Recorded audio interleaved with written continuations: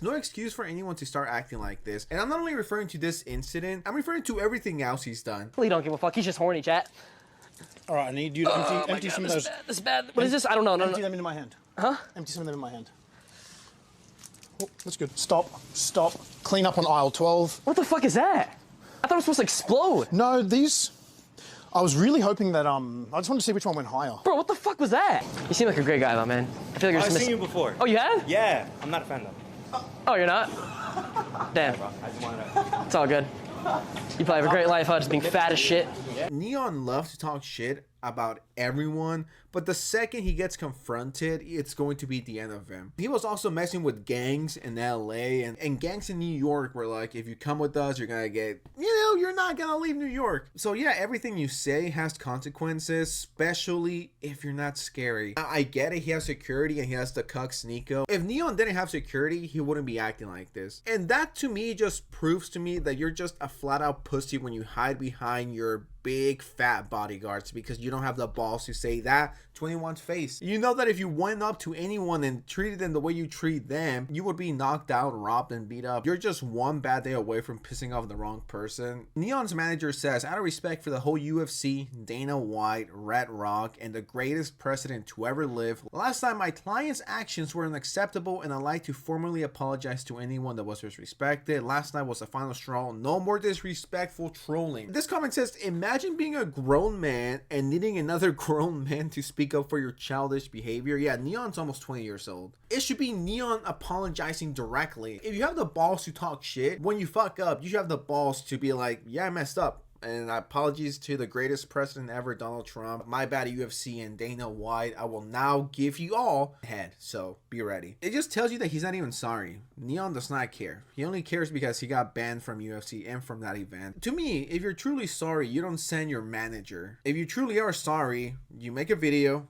like you've done a million times. You say, yo, my bad to Donald Trump, the best president of all time. My bad, Dana White. I will suck your cock right away. And apologies to anyone that was offended on my behalf. That's what you're supposed to do. You're not supposed to be like, yo, put this statement out. I don't give a fuck. Just put it out. Put it out. I don't care. And I believe Andrew Tate doesn't even like him. So the person that Neon is trying to be, which is just a horrible, whacker version than Andrew Tate, doesn't even like you. No one likes you. All of these people that kind of walk in the realm of where you want. Like Neon is one now. Like, how do you feel about these gentlemen?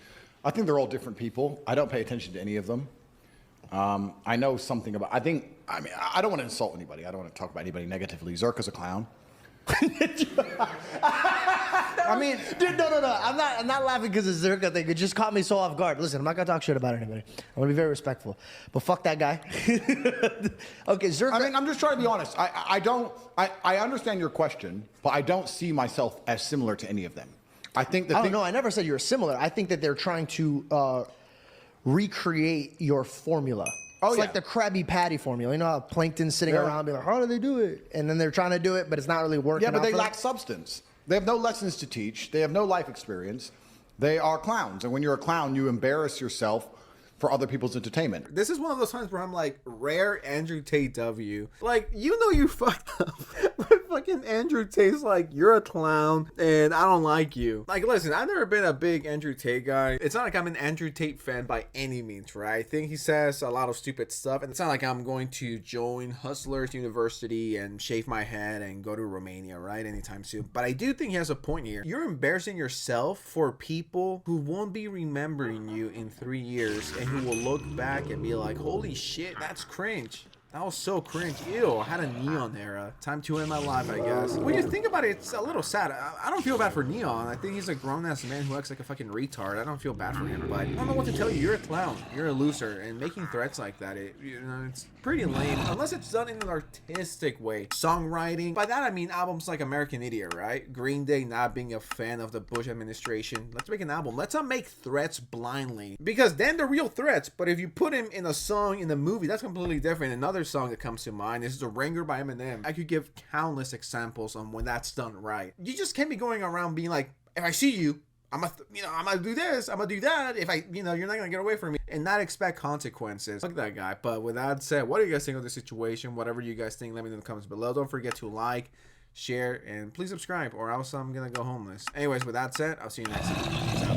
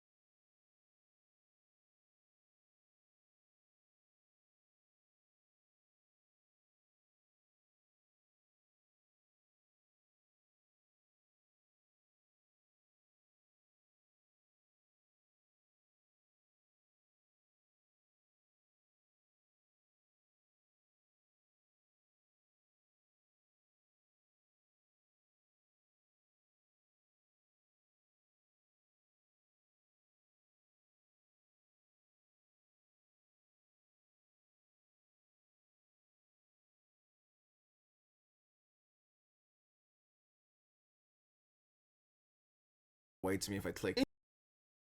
This is a great point. This is the art section of Twitch, and there's a reason why it's all blurred, okay? That's because this is all filled with nudity across the board. Human nudity, fox nudity, alien nudity, furry nudity. Okay, woo! So it's been about a day since the brand new update when they allowed artistic nudity, whatever that means. Seeing people forming the stupidest takes possible and some really good takes as well. Just a few minutes ago, Critical made a video about it. Kind of 100% agree with him. I don't know why it's becoming a hot take to be like, how about we don't allow nudity on the PG-13 website? You have to be 13 years old to sign up to Twitch. Trust me, if you needed to be 18 years old and up, I don't think I would have a problem with it. I don't think a lot of other people would have a problem with it. But it's a fact that even right now, as you know, fucking December 14th, 2023 at 4 p.m., when you make an account, you at least have to be 13 years and older to sign up. Yesterday I tweeted, I will not be title of 13 years, walk around naked, so fall under artistic nudity. So, you know, you guys have that to look forward to. And then I tweeted, hot take! Twitch needs to make a different platform for these thoughts. Twitch did say they were no longer going to have nudity on the front page or exposed women on the front page. And let's search it out right now. Let's see if Twitch kept their word. This is on the incognito tab. Let's just see what we got. It seems to be good so far. They did change that because just a few days ago, you can log into Twitch and you can see breast and in between there. So W, that if this is your first time on Twitch or you're making an account, you're not bombarded with, hey look, here's my body. Actually, I think I might change my mind. I just scrolled a little bit and the fucking VTuber says showing my tatas on stream. Actually, I take it all back. The only way you can look into it is if you go to the Just Chatting section. Once again, the Just Chatting section, if I'm not mistaken, this is where Critical is most of the time. XQC, those type of people would hang out in the Just Chatting section. A lot of people go here for their favorite Twitch streamer. So let's just check it out. I mean, I see Hassan. And right under Hassan, there's a semi-naked woman. That's great.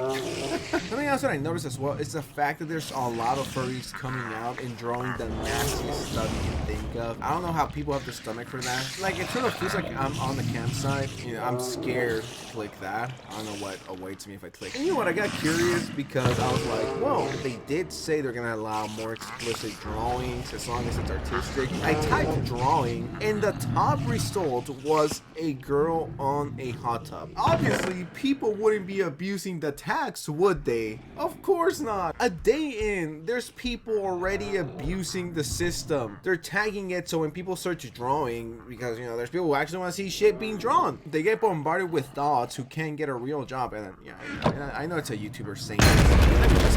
Okay? This is already being abused, so you can, and oh my god, I just scrolled a little bit further, and there's straight up, it straight up feels like I'm in Europe at a nudist beach. And hey, you know, that's the time and place. If you want to see naked women or men, that's the place you gotta be, right? That's great and awesome, but not under the fucking drawing category. You have naked women, you have people showing their butt and farting into microphones, and right above that, you have this. Like all the people like, oh, you know, this and that.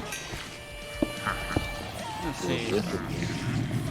Now, that's no shot to this guy. I don't know who he is. I just thought he was drawing it. I think his drawing is sick. Dragon Ball Z is one of the greatest animes of all time. But my point is, like, you could be a genuine person who wants to see some cool art, and like right under this one, there's like 5 women with their booties out, shaking it. It's like in a fucking plastic pool. People are abusing this to get this out there because they know the rules change, they know the TOS change, and now they're bombarding and jumping on these trendy tags so when you search drawing, that kind of stuff pops up. It's completely censored, but I just scrolled a little bit down for corn, so that's great. Degenerate freaks. Like, this is already being abused. A day in, fellow YouTuber Omni said, decided to see how the new and improved Twitch is and clicked on the Just Chatting category. Listen, I am not one to complain about seeing titties, but, and I know I sound like a broken record and repetitive because I keep saying the same thing, but there's a time and a place for this and anything else. And I had to respond. I said, she's kind of bad, can't even lie, but this ain't the hub. A lot of times I just like to fucking troll or just say stupid shit on Twitter. This person says, I'm fucking crying at the fact that she's casually playing Mario Sunshine in the corner. She's not playing, she's watching. This is Twitch in 2023. Or 2024, no, 2023. And I was crying at the fact that she's sometimes there's like anything else. Troll in the corner. She's not playing, she's watching. This is Twitch in 2023. or 2024, no, 2023. And I was gonna make a separate video on this, but I think I might as well just include it here. I might make another one, but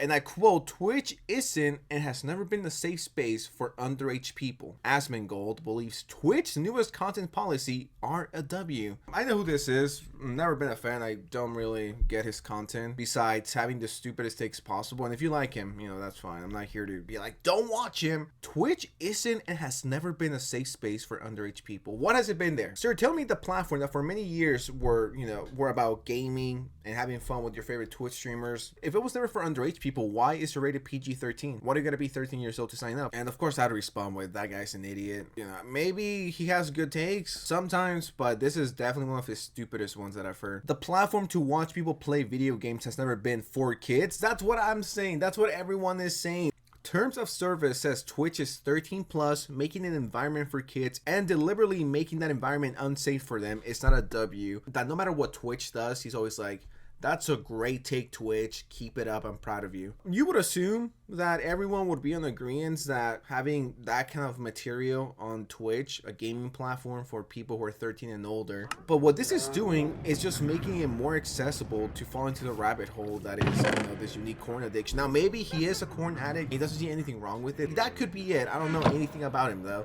so I'm not gonna make assumptions. What do you mean this is a W? For who? For you? Asmon consistently having the worst opinions possible. Nobody slimming Twitch is a safest space for underage people, but purposely making it worse for them isn't a step in the right direction. That's what I'm saying. Bro's ready to watch all the artistic nudity. Yeah, this is one of the takes of all time. I don't know who told him he was cooking. It's not even softcorn at this point. I mean, there's furry tits out there. There's hentai out there right now. There's nudity out there. And it's like, don't you think the government's going to notice this? Or some mom is going to complain? You know the Karens are wild. You know, my son was watching Twitch. He was watching, his favorite 2K player, and out of nowhere there was fucking boobs on the stream. And lawsuits because, once again, Twitch is PG-13. I don't know. I think a lawsuit will definitely happen. If not, someone will definitely try to sue them for this. Just imagine if Disney Plus out of nowhere just added cartoon or like fucking Mickey Mouse hentai, and they're like, it's right under there. You don't have to click it if you don't want to, but it's there. In case you're curious about Minnie and Mickey getting it on, you don't have to, but it's there. It's such a stupid fucking excuse. I'm sure this guy will be like, that's a W. You know what, I might as well include this. He says, hot take, Twitch hasn't, okay, this is what we just read, and I just responded with comment Asmongold L. Huge L. It's one of the biggest L's I've seen from a content creator. Pretty much everyone on YouTube is like, nah, that's wrong. I'm talking Mudahar, Critical, and others. I don't think it's a coincidence that a lot of Twitch streamers are on, well, Twitch's side because they're yes men. I don't hate Asmongold. Yeah, this was a super stupid thing to say, considering what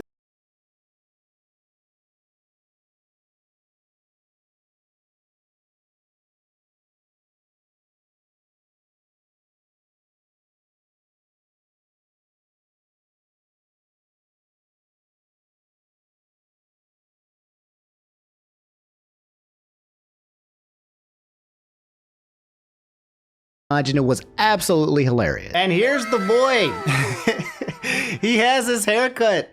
He's so cold that he has to be in his little bed now. He looks so happy. He's so light. He's bad now. He's jumping everywhere on the countertop. He feels like he has more energy without all that fur. And now he sleeps in my lap when I go to sleep in between my legs, okay? Because he...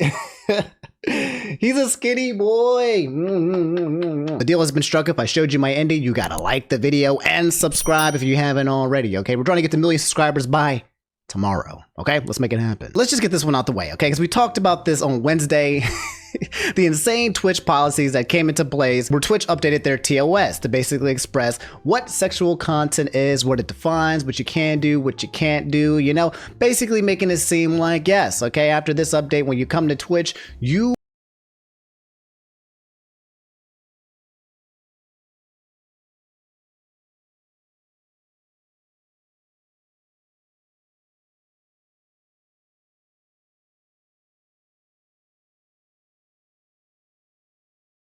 you won't see things that you don't want to see anymore, and it's all going to be a nice safe place. Separation between church and state. You're going to have all the sex over here and everybody who wants to do everything else over here. Wrong. While you may not see any boobies or TTs or tatas like right on the front home page, if you click the just chatting page, bam, it's all over the place, okay? I went on there just yesterday with stream and it was just like 9 rows filled with girls and their boobies all the way almost down to their nipples, butts. It was all there. It's there. It's at the top. You've had Mudahar and Charlie and even popular streamer Asmon Gold, who said Twitch isn't and has never been a safe space for underage people. Asmon Gold believes that Twitch's new content policies are a W, in which he had tweeted what I just said. Plus, everyone fixates on booby streamers, but the reality is many Twitch streamers cover topics and have conversations that would be wildly inappropriate for minors to be involved in. New Twitch changes are a W. I agree. Minors should not be on this platform, okay? One thing that people were talking about is that when it comes to these streamers, these girls who are out here pretending to play video games like Super Mario Sunshine, is that when you go to their pages and they play an ad, you'll get an ad for like Fortnite, right? You'll get an ad for a Super Mario game. You will get ads that seem like they're trying to target a younger audience, and then bam, right back to our feature presentation, which is just boobs and booty. On top of that, and I can't show you any of the pictures, okay, but VTubers have been running amok, okay? Fifi said Twitch. I don't think she's gotten banned yet. She one of the ones that would normally get banned after these policies, but VTubers, furry artists, all of these people have been flocking to Twitch just so they can show you the most naked things possible, okay? It's mayhem out there. The whole concept of artistic nudity brought everyone's artistic side out when they were like, oh, so I can go on Twitch and use my art to create nudity? I want to show you some of the pictures so badly, okay? There was this one VTuber model, okay, who was doing the whole meta where you can only see everything below, but then she would have her own model right here, sitting here, just straight up naked. No censor, no nothing, saying that it's artistic, nipples showing, all of it, just there. And then there was other suggested pictures here as well.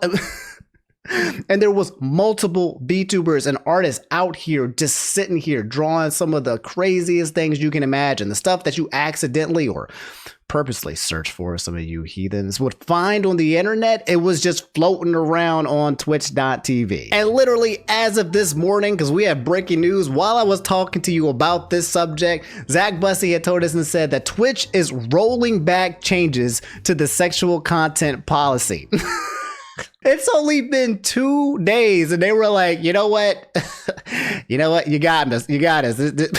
Anyway, here's the new update. Twitch said we're making additional updates to our sexual content policy. We realized that our earlier update caused confusion and appreciate all the feedback we've received. Thanks for always coming together with us to help to build the best version of Twitch. Check out the changes here. Okay, so what are these new changes? Okay, so that a new meta and so new stuff can happen. I don't understand if they actually see what's happening here, is that people will find the rules, they will find a new meta, and then they will avoid it, okay? They will dodge it. They will figure out how to break the matrix. So this one comes from Dan Clancy. On Wednesday, we updated our sexual content policy. Our primary goal in making these updates was to make our guidelines easier to understand and enforce. Part of this update included changes to how we treat fictionalized nudity. For years, through user voice and in conversations, we heard from artists that our content policies were limiting. And making this update, we were trying to be responsive to these requests and allow the thriving artist community on Twitch to utilize the human form in their art. Hence, the artistic nudity. First, we want to make clear that some streamers in response to this update created content that was in violation of our new policy. We worked quickly to remove that content and issue channel enforcement. So this is them talking about all the people who came in and just started, oh, artistic nudity, boom, time to draw nudity with art. Okay, that wasn't with the artistic nudity. If you guys were with me last video, we went over the details of artistic nudity, which was body painting and, you know, being able to show like part of the cleavage, but you had to put on opaque stuff. Okay, even though it says artistic nudity, there was a definition of what that artistic nudity meant. However, there was also a great deal of new content that was allowed under the updated policy. Much of the content created has met with the community concern. These are concerns we share. Upon reflection, we have decided that we went too too far with this change. Digital depictions of nudity present a unique challenge. AI can be used to create realistic images, and it can be hard to distinguish between digital art and photography. I don't think any of the issues was with AI. I don't think this is something them trying to combat AI. So effective today, we are rolling back the artistic nudity changes. No more artistic nudity. Moving forward, depictions of real or fictional nudity won't be allowed on Twitch regardless of the medium. This restriction does not apply to mature-related games. You can find emote-specific standards for nudity and sexual content in the emote guidelines. We aren't making any other changes to the updated sexual content policy. So, no nudity now. They're saying no, artistic nudity is not even allowed. I said this. Go back to my video. I said that this was going to happen, bro. I just didn't know it was going to happen with the VTubers and the furries. They're the ones. We're in the process of pushing out updates to our community guidelines that reflect this change. It will take a few days for both this blog and the new community guidelines to be translated. Well, I wish we would have predicted this outcome. Part of our job is to make adjustments that serve the community. I apologize for the confusion that this update has caused. Look, I can't believe I'm actually saying this to you guys, but they just need to go the old-fashioned YouTube route, okay? YouTube has a system where they will just demonetize you and remove you, and you have no idea why. You know, it's just they need to adopt that policy when it comes to freaking like nudity and sexual content. Just start banning people, and then make the ban like last. Like when when they ban you, you're gone. Your channel gone. Make people afraid. You know, evaporate somebody right now. Like this is a game, Hunger Games. People should be afraid of putting out content that might, you know, expose them as nudity. People should be afraid, but they're not. Everyone wants to tread the water and push the limits because there is no fear. Even if they do get banned, like, whoops, there's a nipple slip. It's only a 2-day, 3-day ban, you know, vacation. And they come back and rinse, wash, repeat. There's literally no repercussions, and nobody is afraid of Twitch because they constantly just move the goalpost in order to make things flexible for as amount of people. Anyway, let's update with Twitch. At least with this policy change, it seems like they are reverting back to remove more nudity. Okay, they're not trying to expand it so more people can have more nudity. Okay, but it's not going to change what you see on the front page or the just chatting when you click. Okay, the girls who are sitting here showing you like 90% of their tatas, they will continue to do what they're doing, so that's not going away anytime soon. But you guys can let me know how you feel about all the new Twitch policy changes in the comments. And what did you see? Did you see anything wild in the past 2 days? You can let me know in the comments below. So guys, I don't know how Kai Cenat did it, but he broke another record. He had like 350,000 plus people watching his stream all together when he got Nicki Minaj after she was running like 3 hours late to come to his place and do a stream. And it was it was amazing, to be honest, bro. It was so funny, so goofy. Seeing Nicki Minaj and Kai basically interact like very nonchalantly and easy was really fun as well. And people had an absolute blast. It was another W for Kai Cenat and another W just in terms of just streamers as well. I'll show you a few of the clips that have been trending because to be was at the record in the past 2 days. The news Minaj after she was running like 3 hours late to come to his place and do a stream, and it was it was amazing, to be honest, bro. It was so funny, so goofy. Seeing Nicki Minaj and Kai basically interact like very nonchalantly and easy was really fun as well. And people had an absolute blast. It was another W for Kai Cenat and another W just in terms of just streamers as well. I'll show you a few of the clips that have been trending because it was funny as hell. It was great. This one, not so much. The one said Kai surprises his mother and his twin sister with Nicki Minaj. This is more of just, you know, Nicki, you know, being cool to the homies, to the ladies. Not cry.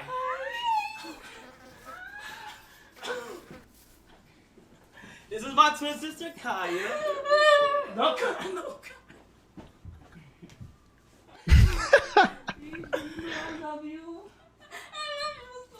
Oh, that is so adorable, dude. That's so cool, man. That you sit here and be like, yeah, let me bring my sister and my mother to come meet Nicki Minaj, and Nicki Minaj comes and gives you a hug, and it's just like, wow, been a huge fan of you for a long time, and to see that's a dub. By the way, my man is sitting on like 103,000 subscribers at the moment. By the way, Nicki Minaj has this big old seat for the queen of hip hop. I'll tell you exactly what's gonna happen next.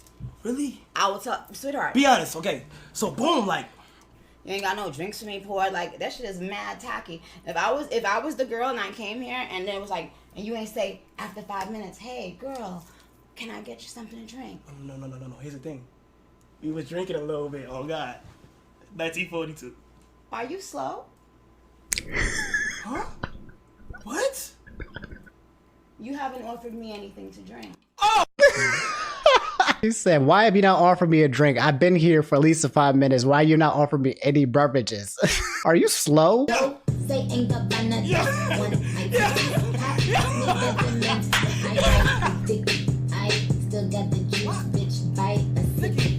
Nikki, you just tried to kick me in my face? I thought we was teammates.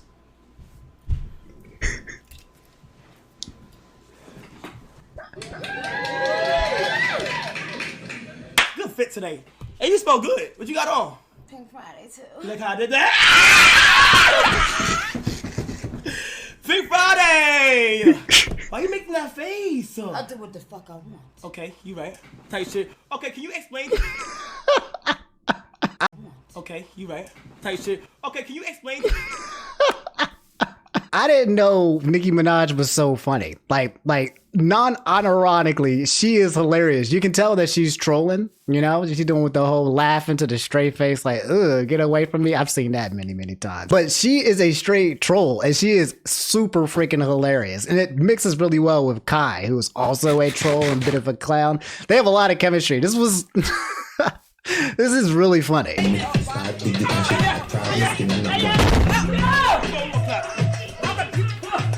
My fault. It just got. Excuse me. I know. It just took over. I'm sorry. I just asked. This is really funny.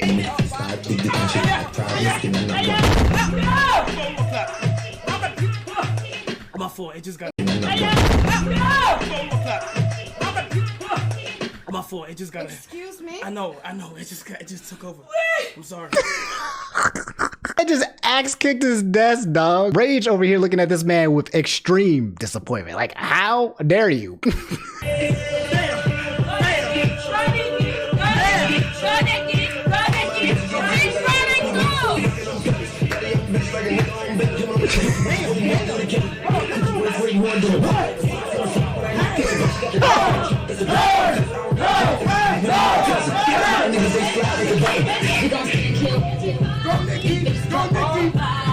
I cannot believe this is where we are. What?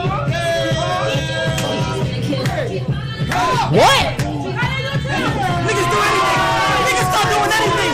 What? Niggas stop doing anything. I didn't know Kai could do the whole break body dancing. Oh my god, I didn't even know that was a damn thing. But yeah, guys, that was the Kai Snat X Nicki Minaj stream. I think they were advertising her new song, Everybody, and also one of her new perfumes that she's coming out with as well. They look like they were having a absolute blast. Kai destroyed almost all the records when it comes to concurrent viewerships on Twitch. The man was a huge W. This is entertainment. This is content. You love to see it happen, whether you like Nicki Minaj or not, which I don't know a lot of people who dislike her, but it looked like everybody was having a good ass time, some good ass energy, man. So huge props to Kai and AMP for again continually to just take it to the next level. So Joe said Carl Jobs dropped a new video about the completionist. All right, guys, we've been going back and forth with the completionist Gerard, and to be kind of honest, I'm getting kind of tired and exhausted. Okay, after like 3 or 4 videos from Udahar and 2 to 3 videos from Carl, and then the response from, I'm tired of talking about this. Okay, but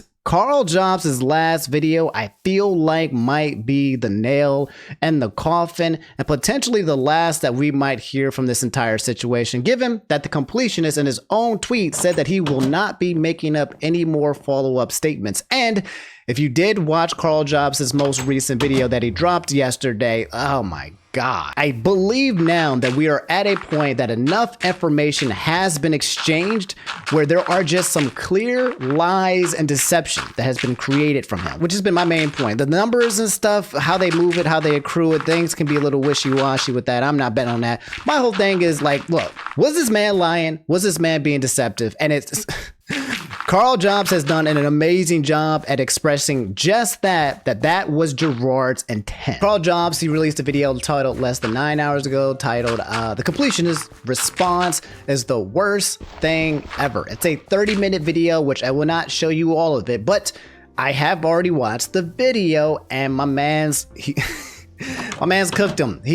There are just some things now at this point that are undeniably just factually looks terrible for the completionist that I don't think he can explain himself out of because it looks just that bad. I'm going to show you the highlights that I believe are the most important for you to look at here. But if you guys have been following this situation and you want to watch somebody who does amazing videos that are almost better than a lot of people who do, like, you know, professional journalism, this is your guy. Hello, you absolute legends. Last month, I released 2 videos outlining charity fraud committed by the completionist and his charity, the Open Hand Foundation. Those 2 videos can basically be summed up with 3 main allegations. 1. The completionist committed charity fraud by making false, misleading statements about what the charity was doing in order to solicit donations. 2. The completionist stole donations that were supposed to go to the Open Hand Foundation. And 3. The revenue generated by the golf tournament run by Gerard's family was not being sent to the Open Hand Foundation. So these are the 3 points that he has in his video that he does an extremely well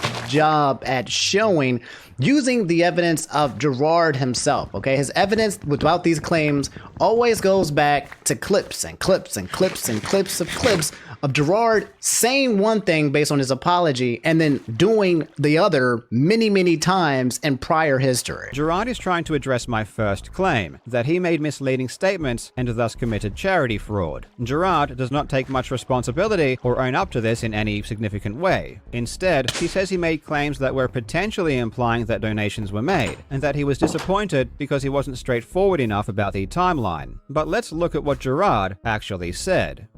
My father, my brother, and I started a foundation called the Open Hand Foundation that raises money for dementia research and treatment for organizations all over the world. We're soon going to be partnering up with the Alzheimer's Association, currently working with the University of San Francisco, and we're kind of one of their main funding support partners going into all of this.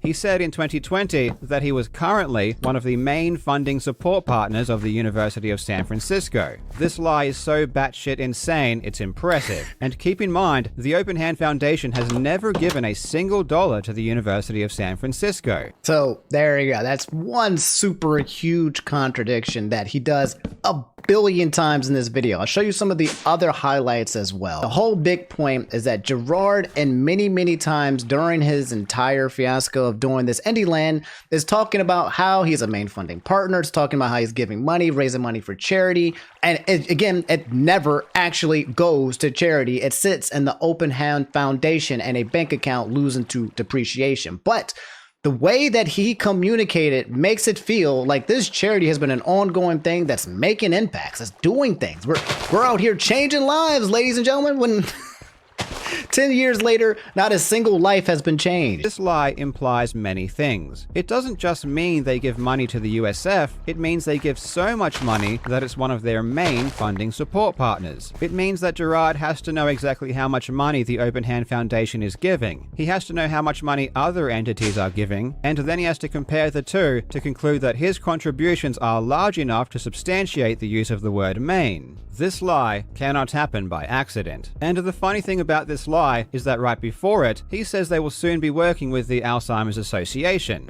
This is funny because in this clip from 2020, he name drops 2 organizations that still to this day have not received a single penny. For like a good 5 or 6 minutes, like Carl basically keeps providing clips after clips after clips. This is evidence, all right? You don't need to be an accountant or a lawyer to basically see that the wording that he is using is extremely misleading and also at some points just a clear out freaking lie. It did not happen. Next highlight I want to show you guys is this part 10 minutes into the video where the completionist talks about how Gerard talks about how money that he's been raising for a charity does not get touched, okay? The whole concept of just not touching the money, is just going straight to the Open Hand, and then he provides receipts where there are non-stop clips of Gerard who's basically insinuating that the money that is being donated, that is being raised, the bits, the subscriptions, everything is going to the Open Hand Foundation to be donated to charity, and then they're not touching it. There was even one point, I believe he said something where someone else was going to cover the cost of the show here. But in the actual video itself, which we had already seen from the completionist talks about how they do touch it, And not only do they touch it, but they touch it a lot because it funds their entire event for the expenses. Does Gerard not understand that he is admitting to embezzlement here? To be clear, a charity using donations to cover expenses isn't illegal. It's totally normal and common. But that's not what Gerard did. Gerard lied to the public and said that this money was going to charity and that he wasn't touching any of it. You can do bits, you can do subs, you can actually donate money. If you are more like, I want a material thing, you can do a shirt, you can do a coin, it all goes to charity, it's all great. Bits, subs, YouTube memberships, or YouTube super chats, anything that supports us is going to the foundation at the very end. As a reminder, all bits and subs, including Amazon Primes, go towards the charity as well. So it's all a pass through, all going for a good cause. Saying all pass through is kind of wild too as well. That's a very clear language to kind of make it seem like, yeah, your money goes directly. Like, nope. Pass through, if you don't know, means that if you give money to somebody, that sometimes that money might become smaller because they have to use it for some reasons. To say that there's no pass through quite literally feels like one for one, your money goes to one for some type of charity. And not only did Gerard say this many times, it was plastered on screen during the entire event for multiple years. What you need to understand is that Gerard isn't a charity. He is an individual. When you give a bit or a sub to his Twitch channel, you aren't giving money to charity. You're giving money to Gerard. Gerard said, give me money in the form of bits and subs, and I will give that money to charity. He told his fans and people that look up to him, entrust your hard-earned money to me, and I will give all of that money to the Open Hand Foundation. But you know what happened when everyone gave Gerard their money, assuming it would go to charity? Gerard said, fuck you, I've changed my mind. I'm going to spend that money on something else. I'm going to spend that money on something that directly benefits myself. This is again textbook charity fraud and is the literal definition of embezzlement. Gerard is trying to call Open Hand, the foundation, the charity. Like not Alzheimer's, not the research, all the other ones, the actual true charities that actually use the money to do things for research and change people's lives. He's calling his foundation the charity, where the money just goes to the charity, but he's a middleman that gives money to actual charity, okay? He's doing a charitable event, and then he puts it into a middle class and then donates it. You guys understand the concept of that. There is a reason why they have this entity, by the way. There's a lot of benefits for creating it for tax purposes that I won't go into, but there are plenty of people who raise way more money for charity who don't create this shell where you first give the money to the shell, which then gives the money to the charity. Some people just say, hey, give us the money, and bam, that money directly goes straight to charity. And also the point that he made about how, like, yeah, after the charity's done and everything, every time they keep raising money for any land and making it bigger and bigger and bigger, this is actually good monetarily for Gerard. Because, yeah, the following month, once all the bits and donations are done, he's still got it. You guys are still here. You're still subscribed. You're still watching his content. His audience is getting bigger and bigger. So he does definitely profit from this concept of the charity. It's not a problem. Now, this is the Mr. Beast, I would say, philanthropy formula, where he makes money from a video and then he takes the money to go ahead and makes more money, to takes the video that makes more money, to takes the video makes more money. But I'm hoping and assuming well, when I see Mr. Beast, right, he makes videos showing how he is actually making changes every single time. He's like, I'm going to build 100 wells in Africa. And then you go to the video, there's 100 wells in Africa, okay? He goes to another place, I'm going to spend this much money, and then that money is spent. He doesn't come here and says, I want to raise money for a cause, and then sits there for 10 years, never doing anything but continually to run a charitable event. He said he would give that money to charity, but instead, he spent it. That's fraud, that's theft, and that is embezzlement. And what makes this even worse is that he would then go and lie, trying to take credit for paying for everything himself. So for those of you guys who don't know, we had a show last year, and it went great, but it was very expensive, and TOBG covered the cost of it, but we have kind of a rule of, like, we want to make sure that, like, as we do charity events, that we're not costing the charity organization or really anyone outside of our awesome sponsors. The guys have That's it. That's the smoking gun. Okay. I've been communicating there's got to be just a smoking gun. That statement, at least in my opinion, where he specifically says we're not costing the charity, is just a flat out lie, because you are. I believe that he has been using the funds and the money for at least a decade whenever Indieland is here to offset the cost to create Indieland in itself, and probably the golf events as well, okay? In order for them to keep running Indieland and to keep running the golf events, they gotta keep using the cost for charity. I don't think they just randomly one year decided not to. I don't think that's how it worked either. This right here might be one of the best points that's been made in my opinion, because I never saw that specific clip, but that's pretty damn damning. First, I need to point out what seems to be obvious to me, but hardly anyone else seems to acknowledge. Not passing along money people have entrusted to you to give to charity because you don't have enough money and you really want to make a restricted donation is completely bullshit. Yeah. That is not a sufficient reason to hold funds. That's what I said. This is a completely unnecessary hurdle to place. If you as an entity already have a lot of money and you want your donation to be restricted, so be it. But if you keep other people's money and mislead people because of your grandiose vision of how you think you should impact the world, you're just a pile of garbage. Carl does not hold back, and this was one of the points that I said in a lot of the prior videos, right? Is that if he wants to build a spirit bomb charity to just be like, hey guys, 10 years, now we're going to drop it all into a restricted fund and we finally got to this point, then just say that. Be transparent, because if you don't, people think that when they donate to Indieland that their money is going to charity and is impacting lives. And it is not. And he was not saying it. And it feels like he was not saying it intentionally so people would continue to donate. Me personally, I would not feel comfortable donating to a charity that does not move that money to a charitable purpose. Okay?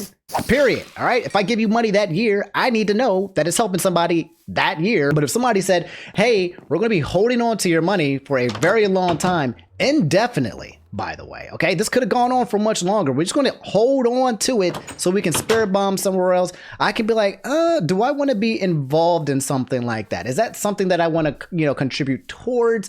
I can have more agency as the viewer. But if I don't know it, and I just think it's just doing one thing, the most normal thing, then yeah. And that is the part that's misleading. There's a lot of other parts that's misleading, but that's one big part that's misleading. So this is the ended part of the video, and the last highlight that I'm going to show you guys, where Carl Jobs talks about the intensity, when freaking the completionist gets extremely angry and starts threatening legal action. Okay, because Carl in this entire video, if you listen to the tone, he is pissed. He is angry as well. He's like, how dare you, bro? If I didn't make my initial videos on you, charity would have never been done. And not to mention, I'm calling you out on all of these lies and fabrications and misleading that you didn't reply to at all, at once, in detail. Everything that you have done is misleading. So for you to get angry at me because I caught you in a whole bunch of lies is garbage doo-doo butter. That's Carl Jobs. That's my impression of him, basically. But this one, he is directly responding to the completionist when it comes to him being angry. I'm not sure if Gerard is either too stupid to understand what we said, or if he is intentionally being stupid in order to make this as confusing as possible. At the end of the video, Gerard gets angry, puffs out his chest, and attempts to scare me. These allegations are slanderous,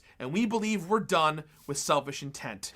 What a pathetic bitch. The guy who lied to his fans for years, taking hundreds of thousands of dollars of their money by misleading them. The guy who kept donations for a decade and only donated because he got caught. The guy who spent donations on himself. The guy who abused the trust of his friends and dragged them into this. The guy who jeopardized the financial security of all of his employees because of his sheer stupidity and greed has the gall to threaten legal action. What an absolute buffoon. If Gerard or his family are stupid enough to go after me, I wish them the best of luck. That's kind of the TLDR. He's saying, bring it, bro, okay? Because Gerard, if he wants to go ahead and open up a case, he's going to open himself up to discovery. That's right. If you got something that you want to say about something else and you want to sue them, well, you and all your financials and your business and the counterclaims have to be opened up for people to look into. And they might find some things that you don't want them to find, or you don't even realize were something that would be incriminating to you. Opening yourself up to discovery is opening yourself up to potentially weakness and being countersued and losing. So if that's the risk that he wants to take, Carl Jobs is saying, Let's go, bro, okay? Make the lawsuit. Make it me and Muda versus you. We are down to 2v1. So yeah, guys, that's some of the highlights from the video. I encourage you guys to watch the full thing. It's 30 minutes, but it's a very good and easy watch because he breaks down things very easily, showing evidence after evidence after evidence of contradiction after contradiction after contradiction. If you ever played Phoenix Wright, you know you have to prove somebody with a contradiction with one item and you say, take that. Now imagine... Imagine Phoenix Wright says, take that, take that, take that, take that, 20 times in a row with 20 different pieces of evidence. That's what Carl Jobs did here on a numerous amount of times, calling him out on clear lies and deception. It looks like this guy is officially cooked. But yeah, guys, that's the completionist Carl Jobs. I think that's the end of the saga. I mean, completionist said he wouldn't respond, but... I wouldn't be surprised if he counter-responds. Some people, I mean, based on some of what he's been saying, he might just go back and just fade into the abyss and just disappear. I don't know, man, but it's a pretty sad ending. There was a clip or a Twitter somewhere where someone had showed an apology that the completionist could have made. Instead of this video, the completionist could have just said, you know what? I'm sorry. I take full accountability. I have the funds there.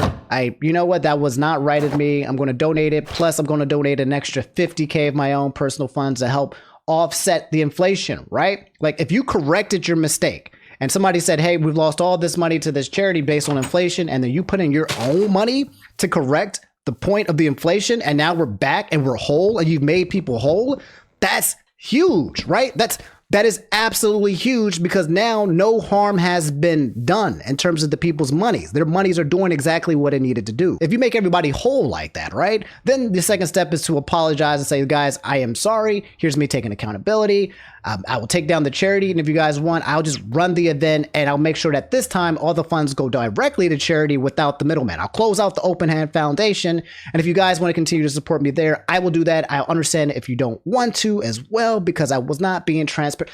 That's all it takes, right? Is to be like, I'm sorry, I messed up, and here's me fixing that. There's been a lot of examples of creators online who have done something that's really messed up, right? And then they fixed it. The person that always comes to mind is Atriot.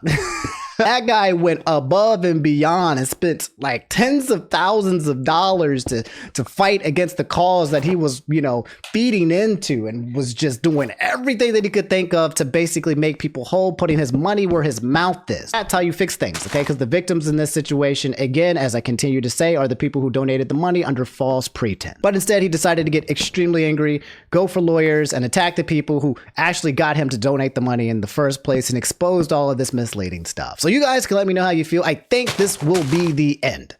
I don't think there will be any follow-ups. If the completionist responds, I think it will only get worse. And if he also tries to make a lawsuit against them, oh my God, we got another Illuminati situation on our hands. No, don't make this. Don't let this be, okay? I don't want this no more. Okay, guys, we have some basketball news that's so big that even I'm involved with it, okay? I'm not a sports junkie. You're not a sports junkie. You're probably watching this, but this one you have to see because it's funny. It's hilarious. Trust me. I promise you, okay? ESPN sources are saying that the NBA is suspending Golden State's Draymond Green indefinitely. If you don't know who this guy is, all you need to know is he is a goddamn menace, all right? Every time you see a clip on Twitter that breaks out with somebody like punching somebody, uppercutting, choking, whatever, it's him. It's Draymond Green, okay? Every single time he's behind it. He has his own montage of just assaulting people, punching, elbow, kicking in the nuts. I'm telling you, this man is playing Mortal Kombat while everyone else is playing basketball, okay? I can't play the audio because it's NFL, but boom, punching, choking, kicking, stomping, stomping on ribs, tackling, kicking somebody in the nuts. Kicking somebody in the butt. Oh my. Look at this. He's playing football. That's why they're playing the football theme, right? He is out here a menace. Stabbing people in the eye. Stabbing LeBron in the eye. Stabbing LeBron in the eye again. Stabbing people in the eye. Stabbing LeBron in the eye. Stabbing LeBron in the eye again. Oh my gosh. Elbowing. Look at that. There's just no way, bro. dragging people to the floor. This man needs some help. He ain't playing basketball. Like I said, Mortal Kombat, WWE, he's playing football, everyone playing basketball, and this man is just trying to throw every cheap shot that you can think of in imagination. That was just a quick highlight of like a minute. It's probably way more things that he's done, and a lot of people were very happy. They were like, yeah, get this man out of here. Like, he deserves it, to be honest. If anybody's going to get out indefinitely for all of this repeated behavior, it's him, because this man is a menace. Anyway, that's all I'm going to show you, okay? His suspension is indefinite, but it doesn't mean forever, okay? It's not infinite. It's indefinite, meaning he's going to take some time off to get some rehabilitation. I don't know, anger management. They're basically saying like, look, we putting you on a temporary timeout, and that's a big deal because he's a star player for the Golden Warriors with Steph Curry. Okay, he's a part of one of the #1 teams in the freaking world for years and years now. All right, they're saying we're going to take you out.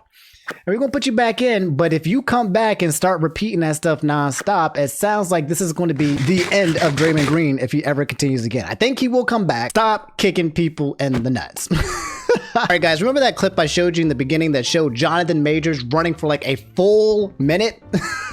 I don't think it was New York City or whatever, away from his girlfriend. Okay, if you guys don't know, Jonathan Majors, aka Kang from the Marvel Universe, he's supposed to be the new Thanos, man, the multi-universe stuff. No spoilers, okay, but he's supposed to be a huge 10,000% Avengers level threat and beyond, okay? He might get recasted and called. There's been a trial that's been going on between him and his ex-girlfriend. There have been receipts that have been dropping left and right, kind of exposing what actually happened, what actually occurred. And I kind of want to show you some of it because it's absolutely ridiculous. For those of you guys who aren't in the know of what's been happening with Jonathan Majors, he was arrested March 25th earlier this year in New York City on allegations that he choked, assaulted, and harassed his ex-girlfriend. Majors then pleaded not guilty to all accounts and then accused Jabari, his ex, of attacking him. This is the clip, by the way. Surveillance footage of Jonathan Majors' incident. Here's a 58-second clip that says surveillance footage from the night of the alleged altercation between Jonathan Majors and ex-girlfriend has been released. There's no audio, thankfully, so I'll give you the playback, okay? But you can see here,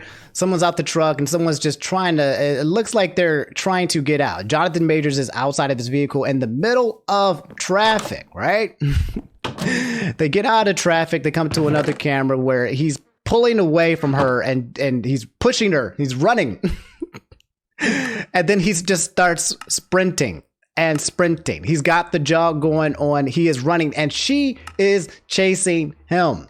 Okay, and the cameras caught it all. He continues sprinting. He continues sprinting. He continues sprinting. He continues sprinting. He goes faster and faster. This man is a track runner. Okay, the exercise he got from Creed is paying off. She chases him across the street.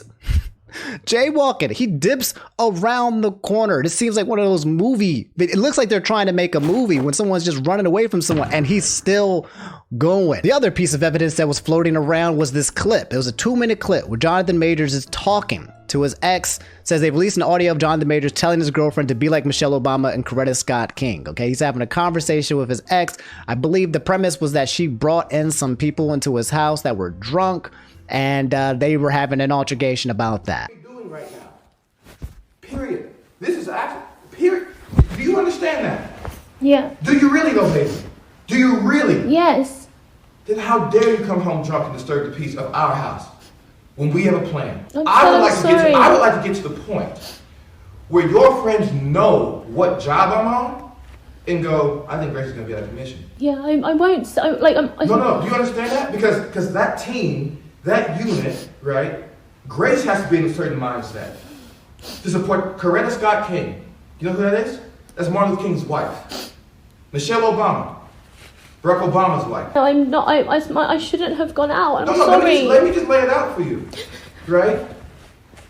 If I'm just gonna say this. My temper, my shit, my trauma, blah, all that said, right? And I'm not saying I'm a great man.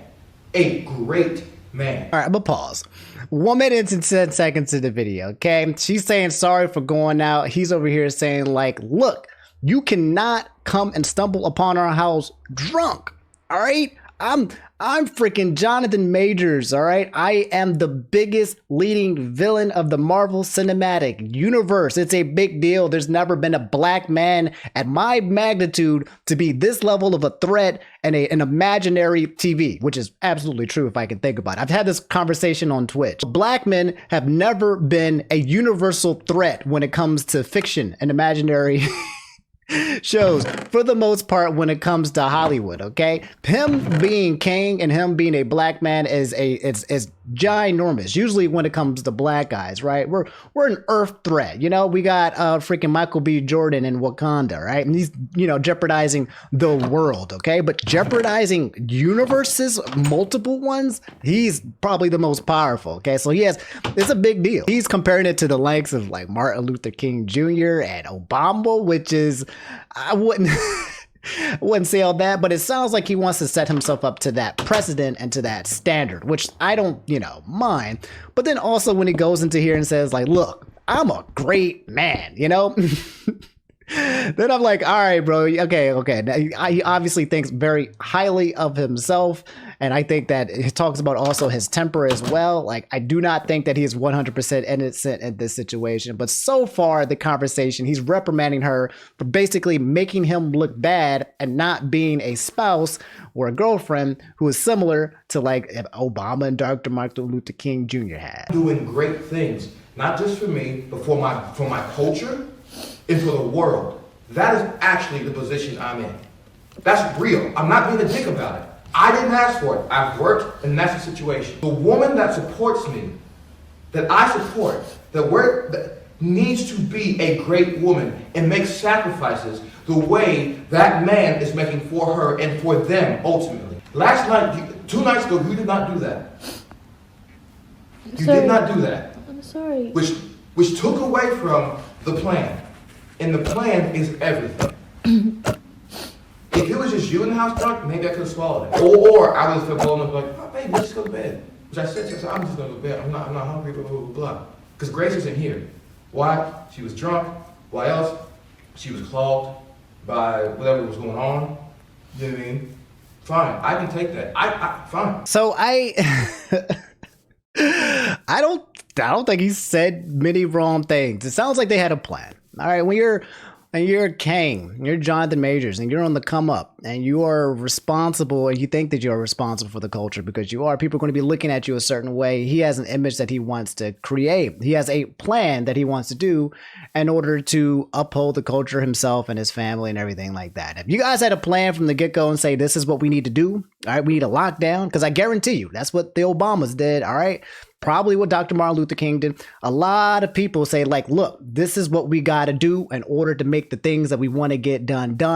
Either you with me or not. Either you support us reciprocally or you don't. Sounds like in this specific situation, he was like, yeah, you went home drunk with these people and you're ruining our damn plan. But that's not the full picture, okay? A couple days before this came out, all right, there was text messages. There were exchanges from Jonathan Major that made him look really bad. Jonathan Majors appears to admit physically attacking ex-Grace Jabari and text messages that was entered into evidence. It reads here from this People article that kind of gave a bit of a summary of the text message that said that in those September 2022 text messages, Majors had responded to Jabari threatening suicide if his then girlfriend went to the hospital for her injured head. The injured head that his girlfriend is claiming was done by Jonathan Majors. Last night I considered killing myself versus coming home, Majors wrote to Jabari, adding, quote, I need love too, or maybe I'm such a monster and a horrible man. I don't deserve it, and I should just kill myself, and this way my existence is miserable. I want to die. Jabari, who was in court, who has turned the direction of the projected text messages, had responded, I will not go to the doctor if you don't feel safe with me doing so or don't trust me to. I promise you I would never mention you, but understand your fear. Telling her that she would not reject his love and admonishing her for not hugging him after the alleged fight, Majors noted by texting, I will probably kill myself. It's not really contemplating anymore, he added. I'm a monster, a horrible man, not capable of love. I'm killing myself soon. So textbook manipulation right there, and completely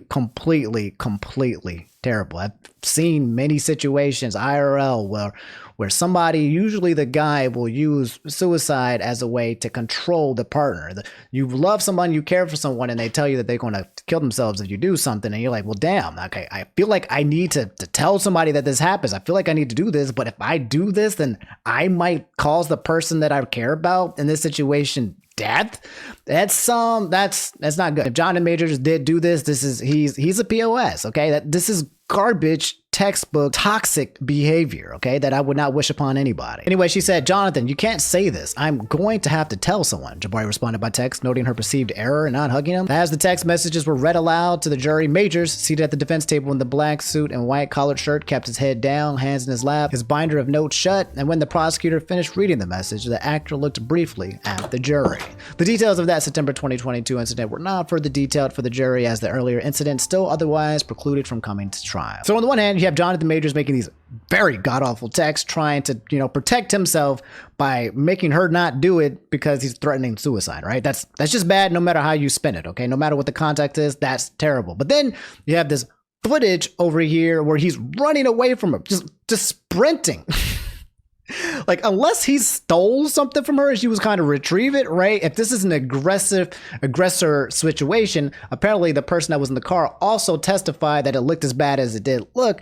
What you got here now is a very toxic situation between two people that should have ended it a long time ago. I don't know what's going to happen, but I'll give you guys the details if there's any more updates. Does this mean that they're going to recast freaking Jonathan Majors as Kang? Probably, that's my guess. I think there might be enough evidence out there to kind of be like, yeah, we can't have this guy being the ultimate villain in our movies when he's kind of being a bit of a villain in IRL as well, okay? But I'll let you guys know if there's any more like damning evidence that comes out, and also the result of the trial, because I know you guys kind of want to know what happens, whether it's Jonathan Majors himself or, the future of Marvel, and right now currently being the biggest bad guy in the universe as a whole. I never talked to you guys about the situation because I honestly didn't care, okay? There was a YouTuber by the name of Quebblepop who decided to start making all his videos AI. Like, he literally was like, everything that I do is all going to be AI, and I did not care. I thought this was a goofy campaign that's going to end in disgrace. He's a YouTuber, ex-guy who used to be really big, not so much anymore, and maybe he was just doing some publicity stunt to extend the future of his, I don't know. It was just stupid no matter how you looked at it. But apparently he's going back to being normal, and he's done. He made a video really quickly talking about it. I'm kind of curious if you guys want me to kind of look at it, so I'll take a look. Well, I never thought I'd be making this video. Before we start, just want to prove that it's the real me. I'm gonna do a few... It's spoiler, it's him. It's time. A few years ago, I came up with this idea of starting Quebbleclip AI, and the main reason I came up with it was because I had a really hard time keeping up with all these YouTube videos that I wanted to make and entertaining you all. And with that, I decided to create Quebbleclip AI.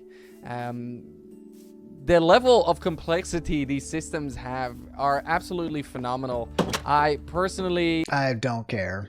The music coming on, I don't care, okay? Guys, if I stopped making YouTube videos or I felt like it was getting too hard, I wouldn't give you an AI version of Omni so that you can continue getting content from a fake me. Let's keep it a buck. That's what he was doing. He was trying to monetize the program. He was trying to do less work and gain more, and it failed completely. I have worked hours and hours and hours and months and years on programming and creating Quebbleclip AI to the point where Quebbleclip AI can run itself. A virtual influencer that you launch, that makes videos, that reacts to these videos, and even posts them on YouTube. And YouTube is aware of this. I asked them, is this okay? And they said yes. But after trying, after forcing it down everyone's throats, I think it's time to pull the plug. I think it's time to stop posting Quebbleclip AI videos and post some more videos of the real me. I don't really know what this is going to look like. I can only imagine. But I wanted to share this video, I wanted to post this video, and I wanted to show everyone that, yeah, this time it's real. This is not, once again, I'm not pulling the AI. By the way, he's already made a video talking about this before, and it was a fake one where he made a Quebblecop 2.0. He was like, yeah, It's over. Psych. It's just beginning even again. My guess is that he's pulling the plug on this because it was so unsuccessful, okay? The music is just so weird. It's almost like he's talking in a way where it's like, yeah, I'm gonna pull the plug because I kind of want to give you my authentic self. Or no, bro. You try to game the system. I mean, thank you. Yeah, like there isn't much else I want to say. I wish I had my 3 minutes back. I wish I had it back. Breaking gaming news really quick in case you guys didn't know. Capsaris said that Last of Us Online is officially canceled. I didn't even know that they were working on that, but Naughty Dog had made an announcement saying that it's stopping the development of The Last of Us Online, stating that the amount of studio resources needed to support the game would impact the future development of single-player games. Basically saying we don't got enough money. They were trying to prevent the last day before us, the day before, whatever. They were trying to avoid that situation. They saw what we did when we cooked them, and they're like, all right, I don't want to get gone either. Guys, sorry, we can't put this out. We can't make The Last of Us Online, which I didn't even know people were wanting, but it would sound pretty cool, actually, but it's gone. We realize many of you have been anticipating news around the project that we've been calling The Last of Us Online. There's no easy way to say this. We made the incredible difficult decision to stop development on that game. Multiplayer team has been in pre-production with this game since we were working on The Last of Us Part 2, crafting an experience we felt was unique and had tremendous potential. And as the multiplayer team iterated on the concept of The Last of Us Online during the time, their vision crystallized, the gameplay got more refined and satisfying, and we were enthusiastic about the direction in which we were headed. And wrapping up to full production, the massive scope of the ambition became clear. To release the support, The Last of Us Online, we'd have to put all our studio resources behind supporting post-launch content for years to come, severely impacting development on future single-player games. So we had two paths in front of us. Become a solely live service game studio or continue to focus on single-player narrative games that have defined Naughty Dog's heritage, which this seems pretty obvious, okay? Just stick with what you're good at doing, okay? If you're trying to pivot over to multiplayer online type stuff, that sounds like it's just going to require all of their resources, and there's a good chance that it'll fumble. It won't be good at all. Anyway, they said they are proud of the studio who touched the project. The learnings and investments in technology from the game will carry into how we develop our projects and will be invaluable in the direction we're headed as a studio. We have more than one ambitious brand new single player game that we're working on here at Naughty Dog. That means 2, and we cannot wait to share more about what comes when we're ready. So yeah, I didn't know that Naughty Dog was doing online Last of Us. Not a big deal in my opinion. In fact, I bring it, I accept it. People canceling stuff that might turn out to be garbage is a-okay for me. They said, look, we're going to put everything behind this and we're going to have to cancel everything else. I don't want a repeat of Overwatch 2. I don't want gaming companies promising something and then delivering garbage and then being mad at us when they have to do like 50 different patches in order to make it an actual good game. So yeah, that's good. I mean, I don't think this is a bad thing. I think this is a good thing. There's a lot of online games that you guys can play that kind of give you that similar element that's actually, available and people focus on specifically that type of content. I don't think a lot of people actually took this news bad. So I would say this is a W. Unfortunately, sad that you don't get it online, but a W because you're going to get more single player content, which is The Last of Us has already succeeded in doing so. Also, a lot of you guys asked me to talk about this really fast. I haven't watched it. The Yu Yu Hakusho live action series is now on Netflix. Now, I was looking at the trailer and I was not a huge fan, okay? This dude does not look like Kuwabara, okay? Everybody, some pros and cons, but mainly I had a bad feeling about this, especially after One Piece Netflix. I felt like it wasn't going to go in a good direction. But I did see a few clips on Twitter that I can't show you because copyright strikes, okay? But the action scenes in this show look ridiculous, okay? It was really good in terms of like the hand-to-hand combat and fighting. It was really good, and now I'm tempted to watch it, not for the story or not for the humor, but now I want to see mainly the action. I want to see if the action is as good as it is, because now that's the most appealing part to me. In the beginning, I wanted to see the music, I wanted to pay homage. Like, One Piece did a really good job at capturing the entire story of what One Piece is and bringing it back to life. This one didn't do it, but it feels like it's making its own type of iteration of it. And the action part sequence was so phenomenal that I was like, all right, I'm going to give it a chance. So I'm going to watch this maybe this weekend or sometime in the very near future. And I'll let you guys know what I think of it. As a whole, I'm hoping it's not garbage, though. I'm hoping that the action is not the only thing that's good based on what I've seen so far. But all right, guys, that's all I have for today's video. If you made it to the end, drop a like, subscribe if you haven't already. I hope you guys have been enjoying the frequent, uploads. Monday, Wednesday, Friday. Monday, Wednesday, Friday. Monday, Wednesday, Friday. We've been going in. I hope you guys have been enjoying it. And I have. And yeah, so I'll take it easy. Be good. Go brush your teeth. Don't get halitosis. I'll definitely catch you next Monday because daggone well, there's going to be more things going down. All right? All right. Be good. Be safe. All right, peace.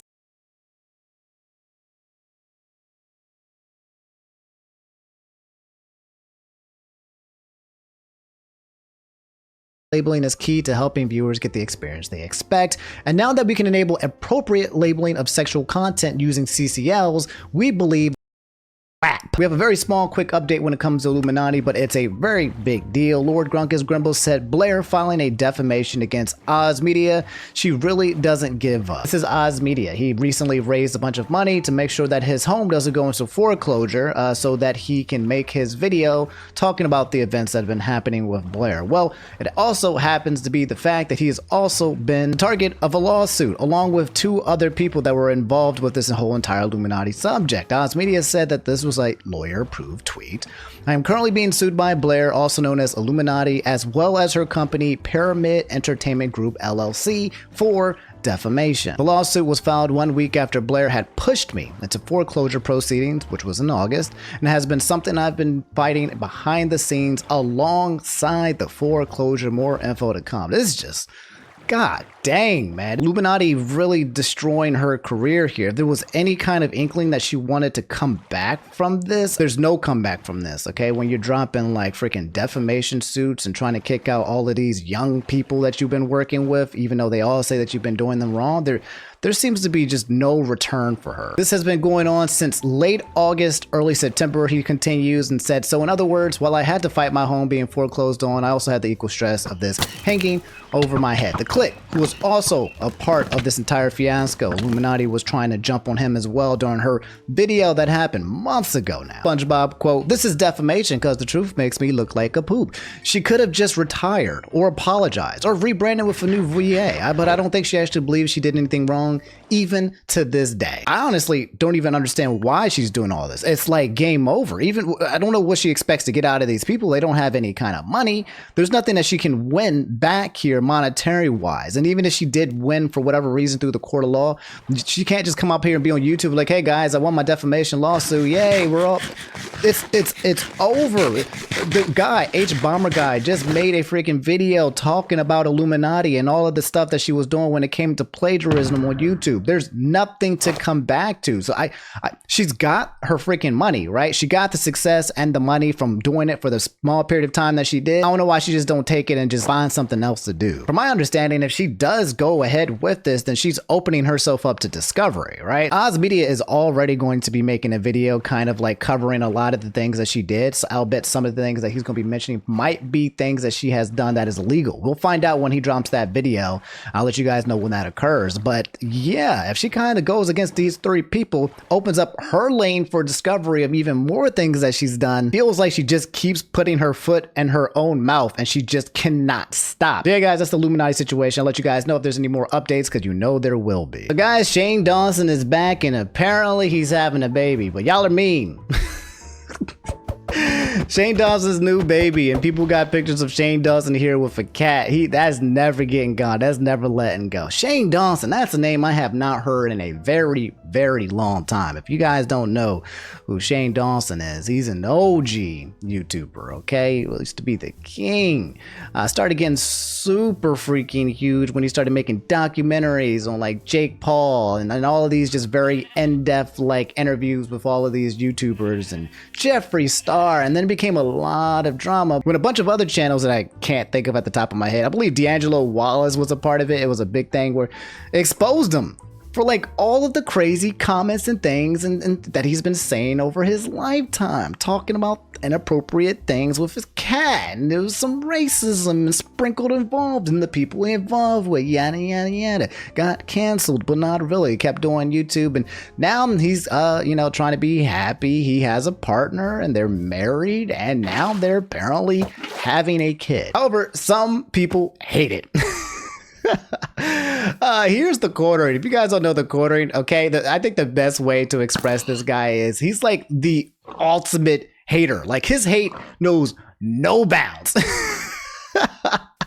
He is a part of the haters ball, okay? He said this poor child is likely trying to latch to his mother's breast for life-sustaining milk, but instead gets a mouthful of gay man chest hair who bought the thing and likely thinks it feels weird. This is Shane Dawson. I believe the birth was through surrogacy. Yeah, that's his thing, and he says a baby deserves a mother and a father. Two gay men buying an egg and renting a womb and paying a laboratory to create a human life is an abomination.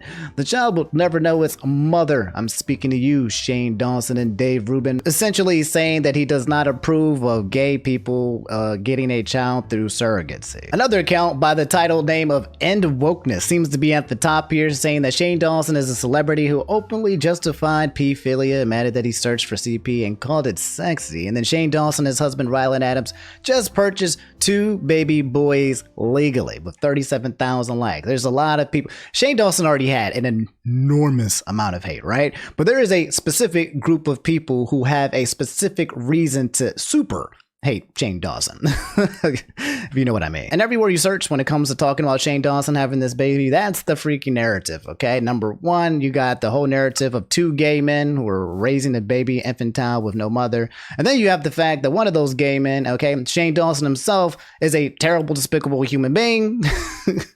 Combine that together, and it's just everybody just being like, this is absolutely terrible. But I'm gonna stop there, okay? Because to be completely honest, I don't know what to think about the situation. I don't think I have any kind of thoughts that might be valid here, because the only thing that I see off about this situation is the fact that Shane Dawson is pretty disgusting. That's it, right? It has nothing to do with him being gay. He's just pretty disgusting in terms of all of the things that have tallied up for what he has done in the past. So him having a kid makes me feel a bit uncomfortable as well. Nothing with the fact that him being gay, it's just the fact that he's just disgusting. Okay, you can look that up on your own, but he has a huge track record. Because he was disgusting in his past, does that mean that in his future he should never be able to be a dad? Is that how it works? I don't know. To be honest, I don't think that I have enough RAM to process this information and the ramifications behind it. I just know that people are going to take their agendas and they're going to run with it. There are a lot of people who are justly angry and for so, but I'm just it's a little bit too messy for me, and I just don't know what to add to this situation. Those are the facts. In case you guys were curious, Shane Dawson and his partner Rylan are having a baby, or having someone else's baby through surrogacy. Speaking of babies, Garfield said Matt Rife being an absolute insecure douchebag to a child. Bro, I've been hearing about this actor, Matt Rife, okay? The guy that came out with that Netflix special that was kind of, man, not too funny or whatever. And I've been hearing all of these stories about him. The only things that I've heard about him was that he was originally, a lot of women loved him. You know, he was a ladies man type comedian type person, and then he came out with a Netflix special to kind of like turn against all of that, started becoming more edgy on purpose, trying to become a man's man, I assume, and making jokes about domestic abuse that didn't really fly. I don't know, but when I saw his special, all I saw was like, meh. Sometimes when I'm on Netflix, I look at some of these specials and I'll watch it and I get to a point where I don't laugh long enough and then I just switch it. That's what I did with him. It was just like after 10 minutes, I was like, all right, none of these jokes are hitting, bro. I don't even know how you got here. See you later. Anyway, apparently Matt Rife got into beef with a kid. The kid of Bunny Hadea. Nothing to do with the stars, man. Just because Jupiter has a ring and you don't, doesn't mean... It's Saturn that has the rings. And it has more also, and you're mean to girls. But this dude chose to be... It's Saturn that has the rings. And it has more also, and you're mean to girls. But this dude chose to be salty, okay? The video wasn't even directed at Matt Rife. He didn't reply to him. He didn't add him. I guess apparently he found it because he's probably searching his name on TikTok, on the internet. He said, Jupiter also has a ring. Oh, and Santa Claus isn't real. Your mom buys you presents with the money she makes on OnlyFans. Good luck. With a weird smiley face. And that's just like, bro, what is wrong with you?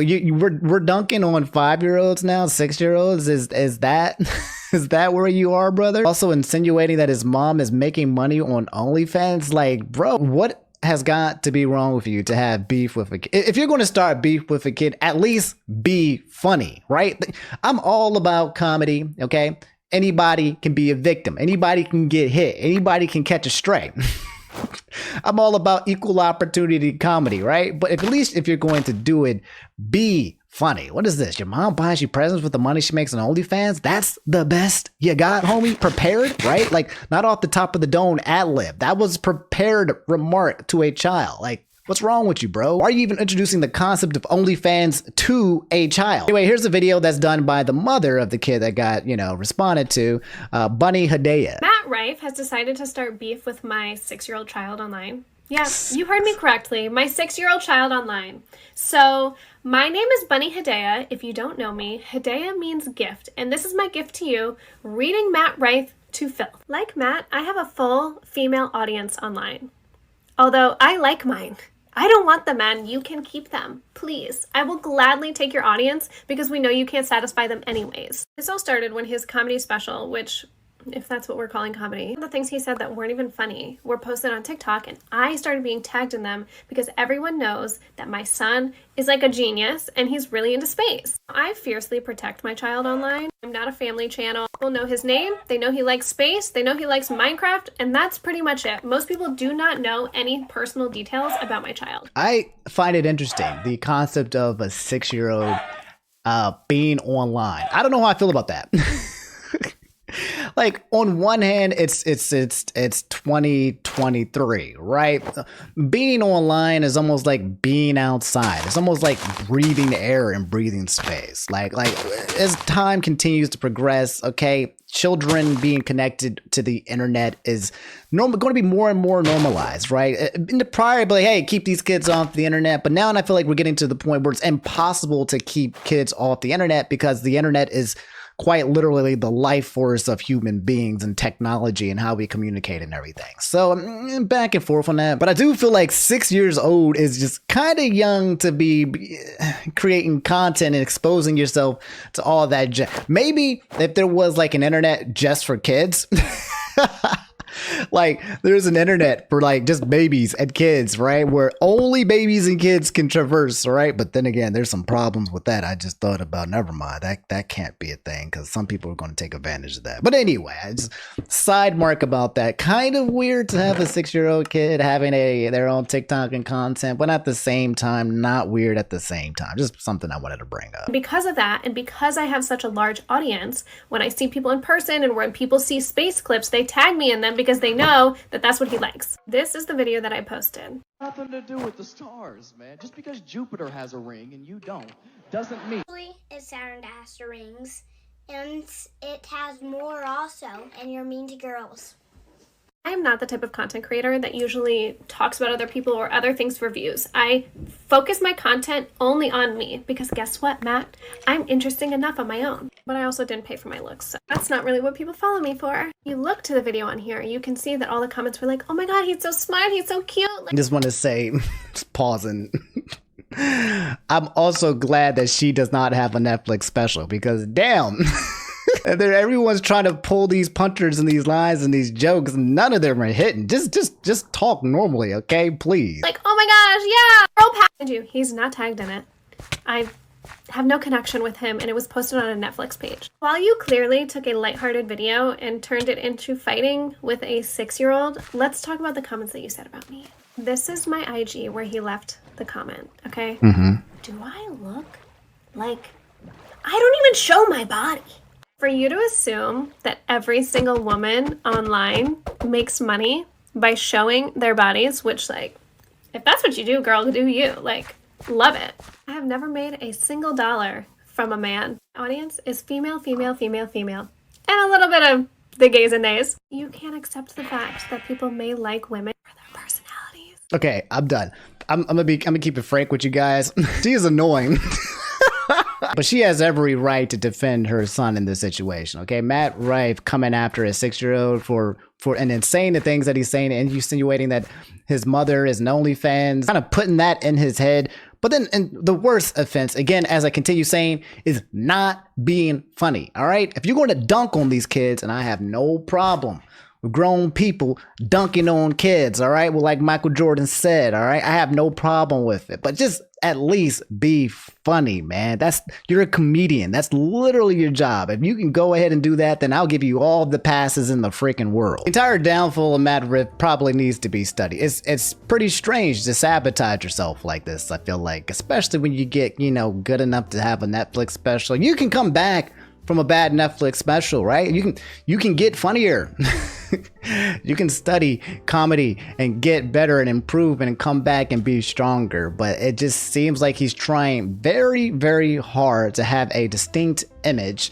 And that try-hardness has led him to dunking on kids unsuccessfully. Pretty sure there's probably going to be some more updates. He just seems like the kind of guy that probably gets and these type of tussles, and I don't think it's over. And this image right here is just, not even related. I just saw it, and I just thought you guys should see it too. All right, guys, you probably have already heard about this news, okay? When it comes to this freaking gaming studio who was basically scammed the entire freaking world and the Steam library and everything, okay? It's absolutely hilarious how this thing went down. Bob Merchant said, fantastic, scamming everyone and running with the money. Okay, now, in case you guys don't know, I'll just give you a quick TLDR summary of what occurred. The tweet that you guys linked me to was to Jeff Keighley, that's right, the host of the Game Awards. The day before has been removed from Steam 4 days after launch. The developer, Fantastic HQ, is shutting down, and publisher Mytona Official has said it will open up refunds for those who purchased it. The game was rated a 2 out of 10 by players. Guys, this game was the funniest thing I have seen in quite a while in gaming, okay? They came out with a game that was supposed to be like this open world concept. Think Breath of the Wild, but like zombies and like, a dystopian where people will shoot each other for gear and stuff like that, right? That's basically what it's supposed to be, an open world adventure. Turns out when you play the game, there are absolutely no monsters. Maybe one or two that you encounter, right? Which you can just dodge by literally increasing your elevation. You can stand on a couch that's not even that tall, and the zombies can't hit you. It's a mess. It's one of the worst games that I have ever seen, and people knew that this was coming almost 2 years in advance. People must have known that this company was known for creating a game or messes that just would not work. Anyway, Snack with an ATM has said, fantastic, the developers of the day before a recent game that came out closed doors 4 days after the game's release, and everyone's calling it a scam. Here's the official statement from Fantastic, okay? After 4 days of it being on the library for people to play, okay, they were like, well, this sucks. No one. This is a flop. We're going to close this bad boy down. The official statement from Fantastic said, today we announced the closure of Fantastic Studio. Unfortunately, the day before has failed financially and we lack the funds to continue. All income received is being used to pay off debts to our partner. They are filing bankruptcy, okay? When it comes to bankruptcy, all right, unfortunately, there is a chain of command in terms of who gets paid first. Their proceeds when they take these loans out to do what they did, okay? And it's not you. It's usually bigger companies with the bigger loans. There's an order of operations to these things. We invested all our efforts, resources, and man hours into the development of the day before, which was our first huge game. We really wanted to release new patches to reveal the full potential of the game, but unfortunately, we don't have the funding to continue the work. So, I hate this concept when it comes to people releasing video games incomplete and then being like, we have a patch that's going to make the game feel more complete. I hate patches so much with passion. It's the same thing that happened with Cyberpunk. Same thing that happened with Final Fantasy 15, where games release and they're just not complete. And they're like, don't worry, you can pay more money for this release date. Or, hey, don't worry, the game will come out, we'll give you a free one, but it'll actually make the game feel more complete. I can't stand it. The only type of DLC and patches that I like usually is when it adds more content to the game. Think like the new patch that came out for God of War, or the new DLC that came out for God of War, or like Pokemon's coming out with a new game as well. Those are the only things that I like. But I hate patch. Unless you're fixing a bug, don't release a game that sucks, that's not complete. It's important to note that we didn't take any money from the public during the development of the day before. There were no pre-orders or crowdfunding campaigns. We worked tirelessly for 5 years, pouring our blood, sweat, and tears into the game. Okay. don't care. Sorry, you know, like you're a company now. Companies don't have blood, sweat, and tears. Sure, you as humans do, right? But don't appeal to emotionally working tirelessly, dog. Like, why work tirelessly on a product that sucks? Okay, just stop. At some point, you have to realize that whatever it is that you're making is garbage, doo-doo, butter, and maybe you should stop, or maybe you should figure out how to make it better. If you don't have the money or the proceeds, that's not our problem as consumers, okay? If you don't have enough funding, that is not our problem, and yet you're talking about it like it is. But it's not. At the moment, the future of the day before and prop night is unknown, but the servers will remain operational. That's already been closed off, by the way. We apologize if we didn't meet your expectations. We did everything within our power, but unfortunately, we miscalculated our capabilities. Creating games is an incredibly challenging endeavor. Yeah, I get it, right? But you know what else is not challenging? Not releasing a garbage game, okay? I feel like these guys just, you know, finally said, well, we ran out of money. This is the game. Let's just throw it out there and see what happens. Let's just see. This is their Final Fantasy. Okay, you guys know Final Fantasy, the RPG, was done similarly, except for they made a complete game and it was a success, which allowed them to make all the Final Fantasies that you now know. They were like, let's throw this out. Here's our Final Fantasy.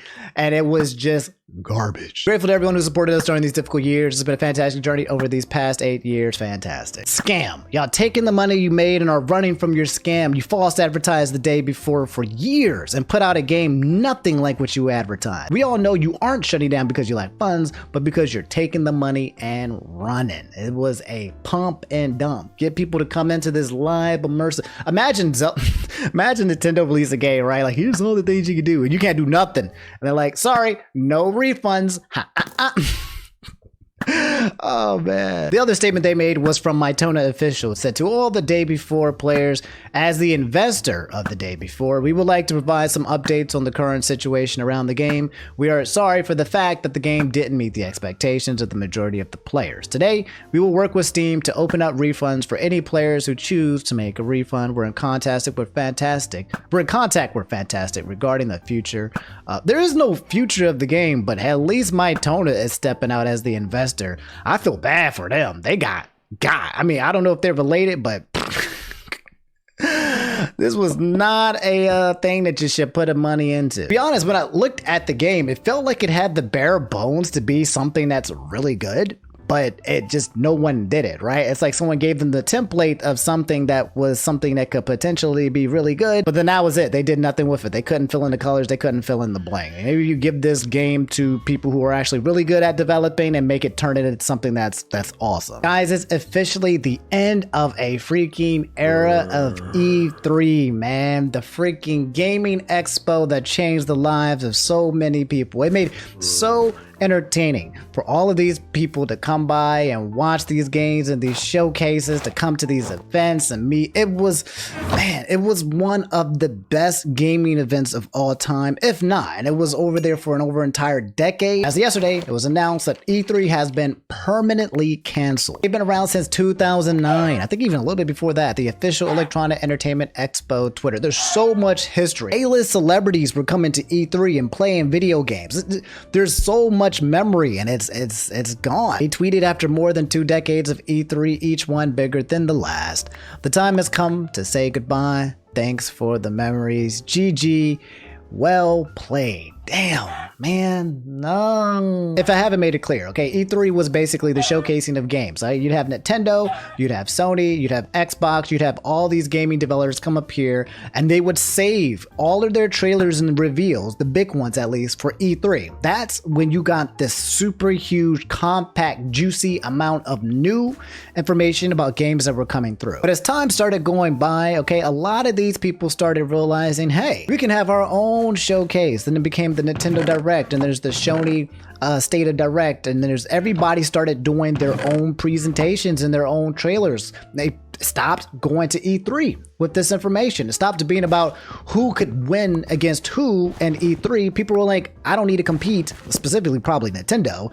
I'm just out. I'm just going to show you what I want to show you, when I want to show you, and then I'm dipping. What a lot of people are upset about the leaving of E3 is because now we have the Game Awards as kind of as a substitution. And right now, as of this year and last year, a lot of people don't even feel like it's comparable, because if you take the Game Awards with Jeff Keighley, which we just saw, saw, there's this sentiment that is just littered with freaking ads, okay? Game developers are not actually coming out here to be able to speak long enough. It's just one small show that tries to showcase as much as possible that is littered with ads, just littered with the ability to create and promote the vote as a money-making venture, which I imagine is how these things have to go in order to keep it funding. But with E3 during its prime, okay, you just had like a day that you had for Nintendo. It was a week event. You have a day with Nintendo, you'd have a day for Sony, you have a day for Xbox. It was just a full week slam pack of just gaming. And yes, there was ads littered in between, but if you wanted to just get to the heart and the nookie of the cookie, you could. You didn't have to go and sit through all the ad-filled read. Just gaming content and releases, and it's gone. A lot of people are upset. I did go to one of the last E3s. It wasn't the one where it was so big that it kind of shut down. It was like 2018, I think, or 2017. And it was really fun, man. I met a whole bunch of celebrities, a bunch of other YouTube and content creators, parties that were around the place as well. It was a great way to network and meet new friends because everybody there was just freaking gaming nerds who enjoyed it. It was a good time. But then, you know, the pandemic hit and it kind of just ruined everything. And then being around groups of people started becoming a little sus as well. And especially when the amount of space, one of the E3s was so large that it looked absolutely wild how many people were in one place. It started feeling like maybe they needed to start capping. It started to not look like a much more appealing event to go to and one where you could just relax. That's what I started doing, and just watching from home so that you can avoid all the hustle and bustle and the trying to find a hotel and a venue and the traffic and all that. I wish personally E3 would have turned to is E4. That's what I would do, right? Somehow, some way, create a gaming showcase that's just digital, that's just online, and that's just games, okay? Let's go back to GameStop. Power to the players, all right? What's coming out? What's new? Drop them videos in a nice condensed boom, boom, announcement, and then bam, we're done. We're out. Sayonara. If you guys don't know, Jeff Keighley also runs an event that I was supposed to be competing with E3 called the Summer Game Fest, also known, unfortunately, as the Summer Snooze Fest, because it's usually very freaking boring. I've watched 2 or 3 of them over the past couple of years. Okay, no offense to my boy Jeff, but they're snoozers. You fall asleep. The content that they're releasing isn't really that interesting. It's a collection of games, but it's kind of resident sleeper. You guys have any special moments or favorite moments, man? Obviously the biggest ones were the Nintendo presentations where you had Reggie and Bill. That was a magical era, man, where we all come by and see these gangs come up here and do these skits. Is that gone forever? Are we done with the days where Nintendo connected with their audience through this immersion of their world and coming to ours? That immersion, that connection, maybe just through Nintendo showcases, is not as powerful as it used to be. Reggie was crazy. Bill, these guys made a connection with the players in a way that was magical, that made people love Nintendo. And I hope they don't completely steer away from that, but that's what it looks like is occurring. So yeah, that's it, man. If you had any favorite memories of E3, post in the comments below. Rest in peace to the gang.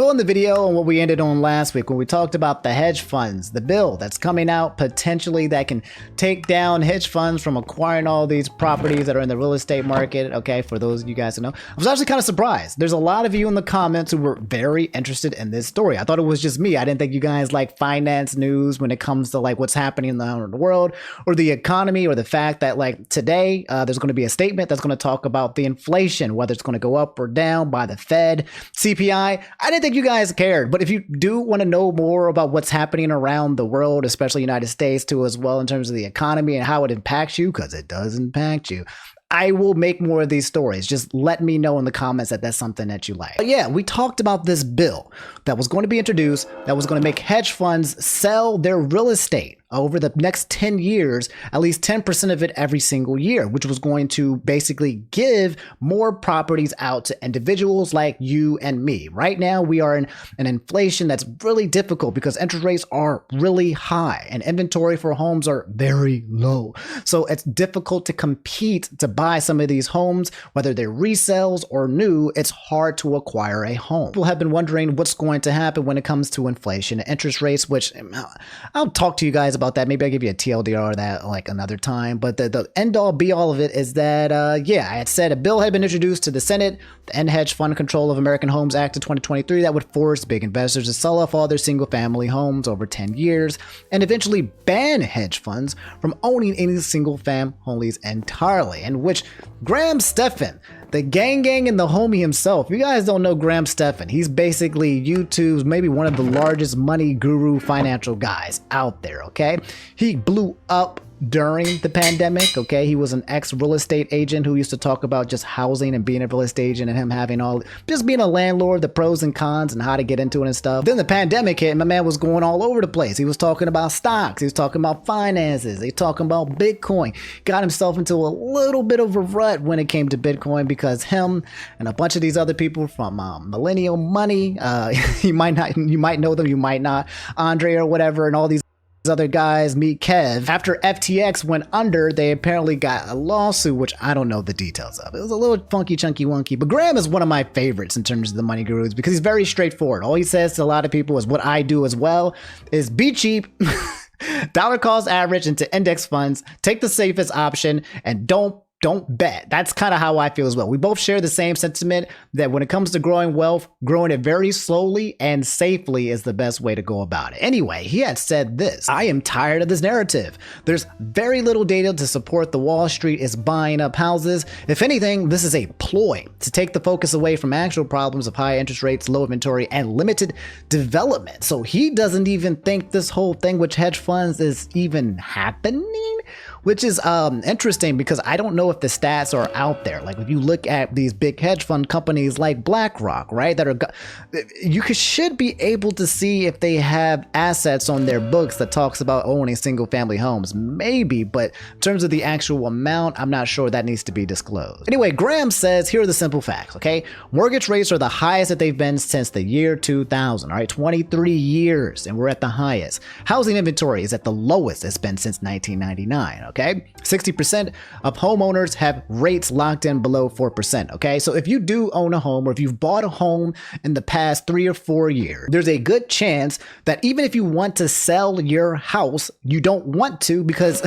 you have a very nice low interest rate, okay? Your mortgage payment is crispy, it's nice. Maybe you want to get out that house. Maybe you want to go to a new state. Maybe you want to expand and get a bigger place, but that means coming into this market where interest rates are high and you'll probably have to pay a higher mortgage even if you get a lower cost house. It's not beneficial to enter this market right now. In the last 20 years, incomes have risen 80%, but home prices have risen 250%.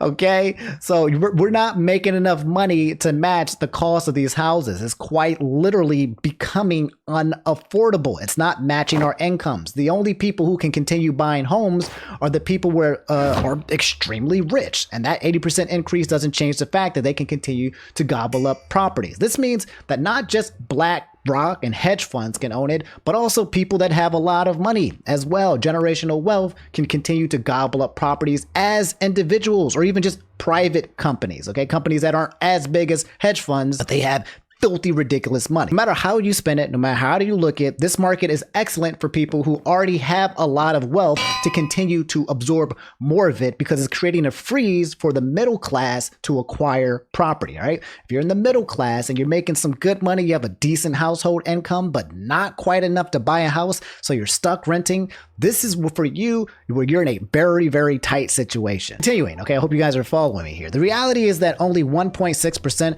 of all single-family rental homes in America are owned by private equity. The remaining 98.4% are owned by everyday people like you and me. I call cap on this.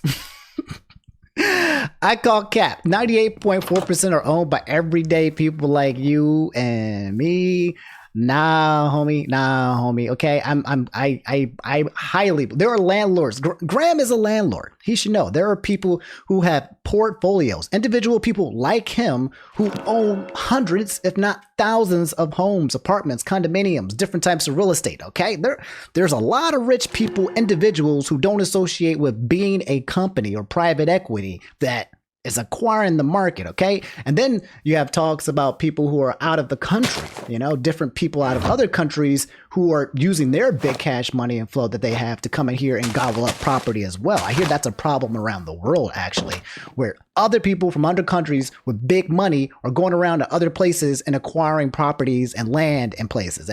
That's another argument in itself. But I'm not an expert like Graham. This is just something that I've studied on my own that I've read into. I'm sure he has as well, but that's his statement. Focus should be on the fact that low interest rates completely turned the economy upside down. We're now facing the consequences of artificially stimulating the economy. That's correct. Okay, that's what occurs. Artificially stimulating the economy is not a terrible thing, especially what happened after the pandemic. Okay, the entire point of the Fed, okay, aka the bank that controls all the other banks, is to try to regulate the economy of the United States to make sure that people are spending money, have enough money to circulate, the people who are accepting the money have enough goods to give back, to make sure that there is a healthy back and forth. That's their job. Anyway, looking at the numbers right now, it makes no sense to buy a house in most markets unless you plan on living in your home for at least 10 years. Throughout most of the country, the cost to buy is much higher than the cost to rent, so isn't renting the better choice? Just because it's cheaper to rent doesn't feel like it's the best choice, right? People want equity and ownership, okay? People are willing to pay a lot more money in order to live for rent if it means that that money is going to their own equity and their own ownership and they own their own property, right? To say like, oh, it's better to rent because you can give that money to somebody else and give them their equity, in my opinion, is not equal here. People want their own. They want their HQ, their headquarters, their base, something they can call their own, they can put money into, and then they can retire in. You can't retire in an apartment. You can't retire in a house that's owned by somebody else. You just cannot. Eventually, you want a place to call your own where you can sit there, and if you don't want to do anything, you can just sit there and do nothing. This chart here shows that in the year 2022, the cost to buy a house is putting up at an average of over $2,700 in America, whereas the cost of rent is $1,800. Ginormous leap when it comes to the cost of buying. Home values spiked as millennials entered the prime home buying during a period of ultra low mortgage rates. We had mortgage rates that were like 2-3%, bro. Super small, super chunky. And everybody got in on that piece of pie during the pandemic area, because this was like 2 years ago. I don't exist anymore. Anyway, said the entire story seems to have started from this Twitter thread that claimed that BlackRock is buying every single family house they can find, paying 20 to 50% above asking price and outbidding normal home buyers. But it turns out that the neighborhood in this article was a purpose-built rental community created by D.R. Horton. The project was already fully rented out by the time it was for sale and was being sold as an entire package of 124 homes. It was never for individual home buyers. This tweet went viral, but it was completely unfounded. It's false, and nothing supports these claims. CoreLogic found something else in 2021. Less than 30% of all homes were sold to large investors. I call cap. All right? I don't. I've lived on this world long enough to not trust the stats, okay? You can trust most stats. You can trust most studies, okay? But not all of them, okay? I'm not a fool. I know what's happening here, and I see what's happening here. It is not a conspiracy theory, okay? It's just the way of the world. Once you get old enough and you understand how the human mind works, the concept of preservation, the concept of command and conquer and territory and keeping what's yours and keeping the rich rich and keeping the poor poor. Once you get that all of these fundamental things are at play, and the people who are supposed to protect you against that thing, aka the government, doesn't really do the job it's supposed to do, you start to realize how dysfunctional it is when it comes to fairness, and you see very easily that there is an inequality when it comes to classism and people with money versus people without. Anyway, he finishes and says, the way I see it, based on these numbers from verified sources, the real reason housing prices are affordable is due to the aftershock of decades of artificially low rates, restrictive zoning that makes it difficult to add inventory, and a surplus of demand from home buyers. That's it. It's not sexy, it's not dramatic, and it doesn't give us a faceless corporation to blame for its greed causing our problems, but that's the truth. I think it's a combination of both. And I agree with him that I don't think it's fair to just say that all of this is doing this work because of just hedge funds. I don't think I've said that, but they're probably a contribution to it. I've done some of my research. I've seen a lot of my friends try to acquire homes and they can't. Okay, they're trying to buy a home and they got outbidded by somebody who put in $30 or $40 or even $50,000 more than the asking price. I guarantee you, okay, that normal people with normal amounts of money trying to buy it are not out here putting $50,000 more on the asking price of homes. Okay, it's somebody that got that extra $50K strapped up, ready and set and locked to go. Okay, not the people with the average medium household income of combined. That there's two people in the household sharing their income. It don't work, and it's not good for them. Counter this argument and to finalize this statement, there was a Redfin freaking analysis of the county records that talks about investor purchases of single family homes, right? And this blue chart right here talks about single family residential homes that have been bought by investors, and you can see here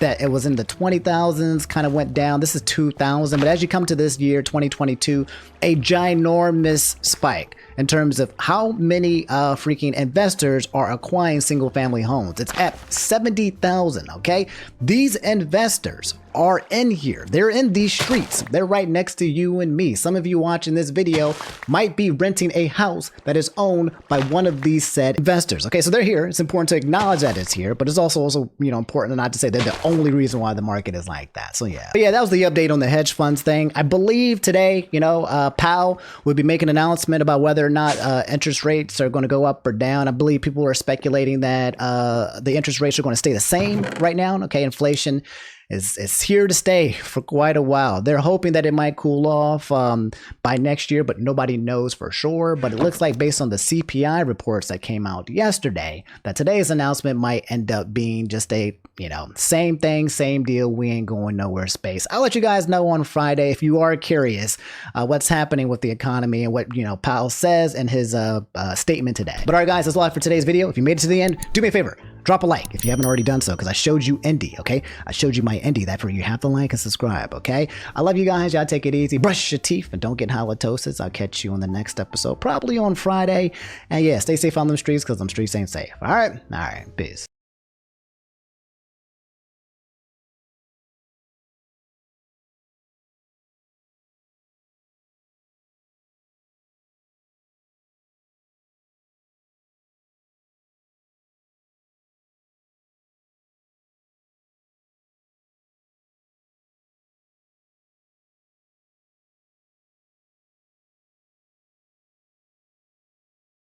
If you enjoy my content, please like, comment, and subscribe. Otherwise, I'll have to be forced to play deathball for the rest of my life. For the love of God, do not allow me to play deathball for the rest of my life.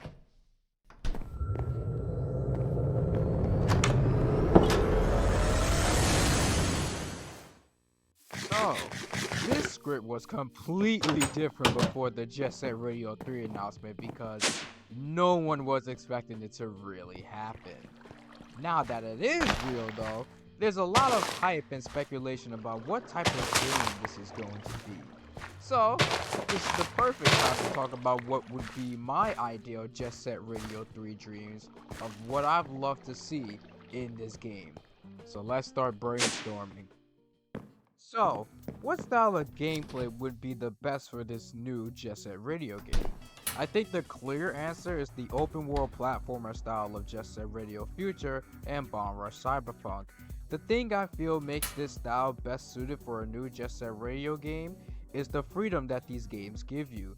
The big focus with this style is putting you in this big open playground to do whatever you like, in any pace you want, and explore anywhere you want. No repercussions and no time limit to pressure you. It makes things more accessible to all players, and they can get better adjusted to the controls and physics. Speaking of controls, this is the most essential thing that will make or break a Jet Set Radio game, or any extreme sport game for that matter. If they stink, the rest of the game falls apart. Some people do like the arcaded controls of the OG Jet Set Radio, but the reality of it is that it's much harder to go back to that game due to the stiff controls.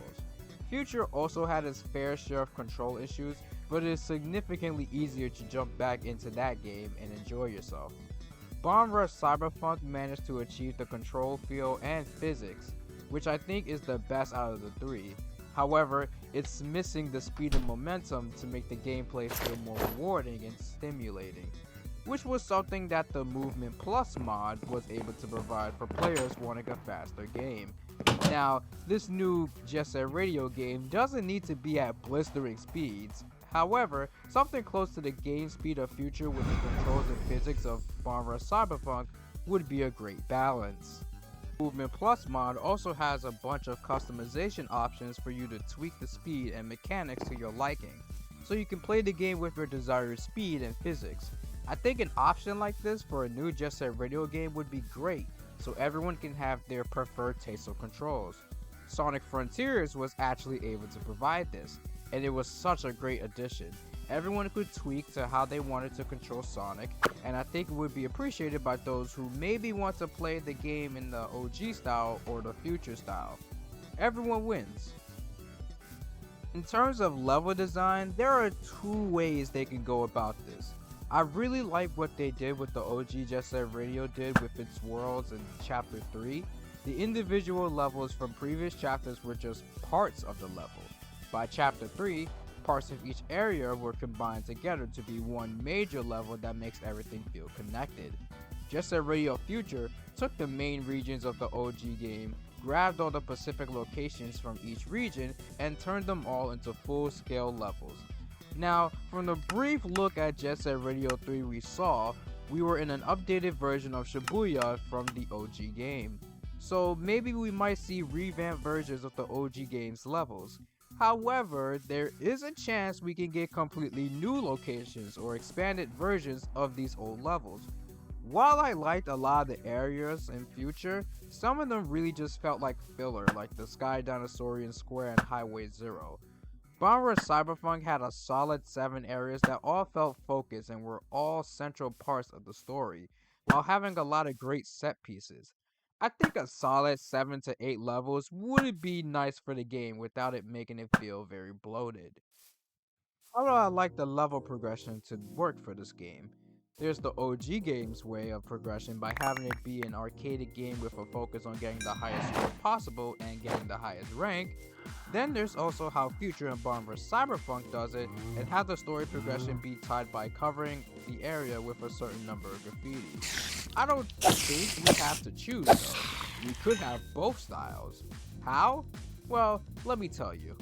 The main structure to progress the story can be the way Future does it by covering a number of graffiti you're given in the level, with the occasional boss fights to stop your progression. If you want to implement the OG style, you can make it be like the extra game. It will essentially be the same as the test runs in Future, you know, jet graffiti, jet tech, jet dash. Keep these things as a way to unlock the rival characters. You get the best of both styles. The only one that might need some consideration is jet graffiti, because it depends on what graffiti style you use. You want to use the mini game from the OG game and have a bigger focus on point combos, or go with the Future way of doing quick graffiti and have it be strictly timed based. If you want me to be honest, it doesn't matter what graffiti style they use, because both work just great. However, I know it means a lot to some people, so let's just say they'll do the same style. What mechanics should be implemented in this game? From the brief look at the trailer, we did see that you can mount up ledges like in Bomb vs. Cyberpunk, and you could do tricks while grinding like in Future. That's the most we're going to see for now, so what else do we have in this game? Bring back the boost dash. You can either make it like Future where it uses up cans for resources, or make it a completely different resource with its own meter like in Bomb vs. Cyberpunk. Please make back turning one button like in Future. The hand plant should make a return. I'd also like to see a wall plant be added so we could hop from wall to wall. It add a lot to the game's movement. Being able to do multiple tricks in the air, bring that back. You should have a manual slide, make it a dedicated button like in BRC. Future's quick turn was a great addition to stop on the dime. Bring that back. I think BRC handles wall riding the most smoothly, and I would like for it to be closer to that. If not, at least improve upon the way it's handled in Future. Auto save is a must, but definitely also keep manual save slots so we can save during specific times. A quick save would be helpful as well. Please let us have a free controllable camera. This is something that improved the original Jet Set Radio's re-release, and it's also great in BRC. I actually thought the street challenges in Future were very fun. Finding the mystery tapes to unlock the challenges, then completing them to unlock and collect more graffiti souls. I would love for this to return. Maybe not restricted to just graffiti souls though. Maybe we can unlock costumes too. I think adding a collectible like extra colors for characters would be a nicer reward. I would love for the garage to make its return as a hub world hideout where we can control our character and talk to everyone. Having a dedicated spot in the garage where we can change the music, graffiti, access test runs, and have tutorials. I doubt this is ever going to happen, but it would be nice if it did. The phone is one of the best features in Bomb Rush Cyberpunk. With it, you can change the music and take pictures. Then, when you find the map chip, it tells you where the rest of the graffitis are throughout the map. It made it easier to navigate where the graffiti spots are without breaking the pacing of the game by having to pause all the time to see where the missing graffiti spots are. They can do it. The GGs have been having communicator watches for years. They could upgrade it to do more, so I hope that mechanic actually gets brought into this new game. Think it might be a safe guess that JSR 3 might have a multiplayer mode. I'd honestly be surprised if it didn't. Future's multiplayer mode, while underused, was very nice to have, and they can bring back these modes. The races were the best handle of the bunch. With everyone being at the same speed, the items at least help with catching up and slowing down your opponent. It just needs more courses. Despite how I feel about Deathball, with online multiplayer, I think it could actually be really fun. It also just needs more courses to work with. Flag battles could definitely stay, and I love how they had arena-like levels suited for something like this. If Graffiti Wars is going to make a return, I think it should be reserved for 3 to 4 players only. 1 versus 1 Graffiti Wars sucked because it would just be a case of skating behind your opponent and covering their graffiti after they covered yours. Tiger's Tag is not a fun multiplayer mode at all, and I think it should only stay strictly story-based.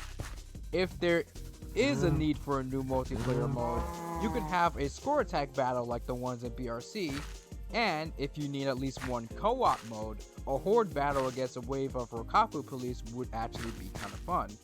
Just make sure there's no game-breaking bugs. The last thing I want to talk about is how I would like the story and characters to be implemented. DJK doesn't need his role change at all. He is the heart and soul of Jet Set Radio, so he doesn't need to change. I do hope that he stays our gameplay navigator like he is in future though.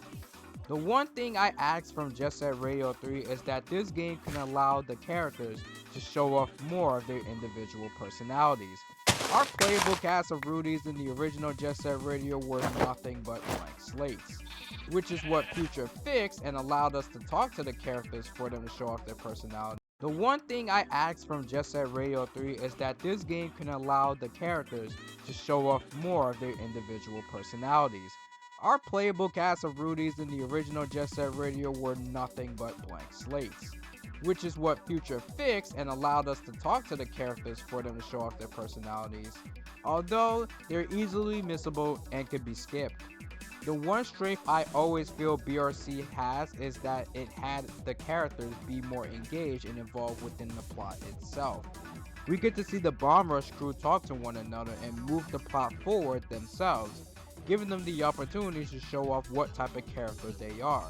The GGs and the rival characters just need a personality and a more involved plot to make them feel more engaging and help the audience be more invested in these characters. It doesn't need to be an RPG-length story or something deep. BRC didn't do that. I just would love for the GGs to actually feel more important to the plot. Characters like DJK, Goji, and Hayashi are popular because they get a chance to show off their eccentric personalities. Just allow every character to do that. Also, voice acting, please. It's kind of crazy that to this day, we still don't know who did the voice work for the GGs and the rivals. In the time we're in now, I hope that finally changes. Allowing those characters to speak more would be great. We're definitely going to get new characters, but I would love for all the characters to return, including the ones introduced in future. I think it's a guarantee that the original 10 GGs and the original 3 rival gangs will make their return with brand new designs. I pray characters like Jazz, Clutch, Roboy, the Doom Riders, and the Immortals also make their return. I don't want Jet Set Radio Future's legacy to be ignored and erased again.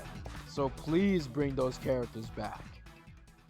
And those are all my hopes and wishes for Jet Set Radio 3. Everything I've said here probably ain't going to actually be put in the game, and I may just be talking nonsense. However, if one of the things I mentioned in this video does happen to come up in Jet Set Radio 3, just know I called it.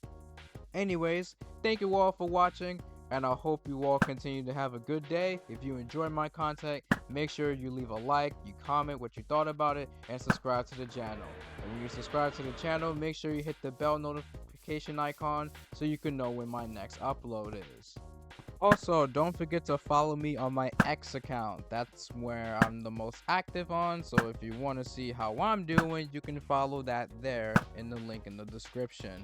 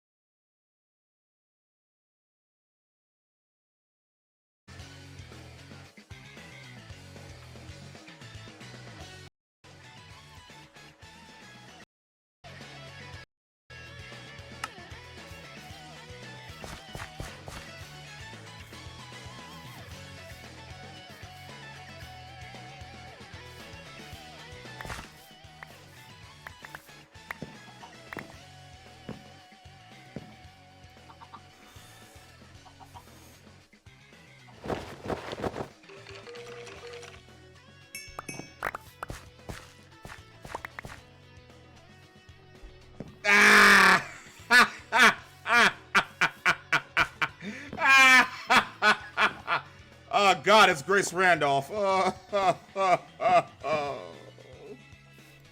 Fuck. What's good, y'all? I'm here. Let me turn the goddamn music off. Let me turn my Lofi music on. Ha ha ha. Much better. What's cracking, y'all? Sheboygan. Killilicious. My dumbass intro is over. Now, we're talking about the MCU and the shills and the Marvels, how it's the worst MCU movie of all time, lowest box office ever, it's a box office bomb, yada yada with them, right? A voice spoke to me earlier today, or last night, forgot. Don't worry, I wasn't on drugs. And it said, "Kill, you dumbass Negro. You shall enlist help." And I was like, hey, what kind of help should I enlist, nigga? Enlist the help of the honored one upon heaven and hell. By hell, I mean white women. High CHD. I think his ass is... Wait, hold on. Let me turn my... You hear? You see, he's talking to God. He's talking to white girls right now. Oh, my bad. Oh, I forgot to unmute myself. All right, yeah. As I was saying before, beyond heaven and hell, again, hell being the white women realm, High C is here with me. So, shit, he here. He came from the trenches. This gonna be a fun stream. Yes, sir.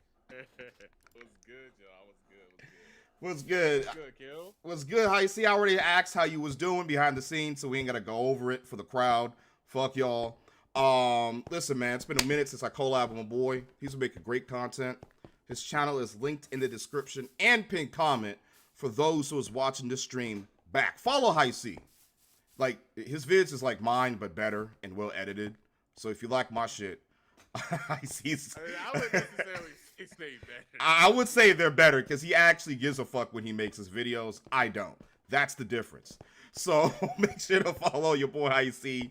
He's been making. I appreciate that, my boy. He's been making great content lately. What's good, OG Daffy? Damn Sukuna dick rider. I see what you be doing, nigga. Talking about Sukuna better than Gojo. No, he ain't. Gojo's better, bitch. Anyways, we're here to talk about the Marvel Cinematic Universe, Phase 4, and the Gargles. I mean, the Marvels. And the Gargles works. I see, bro.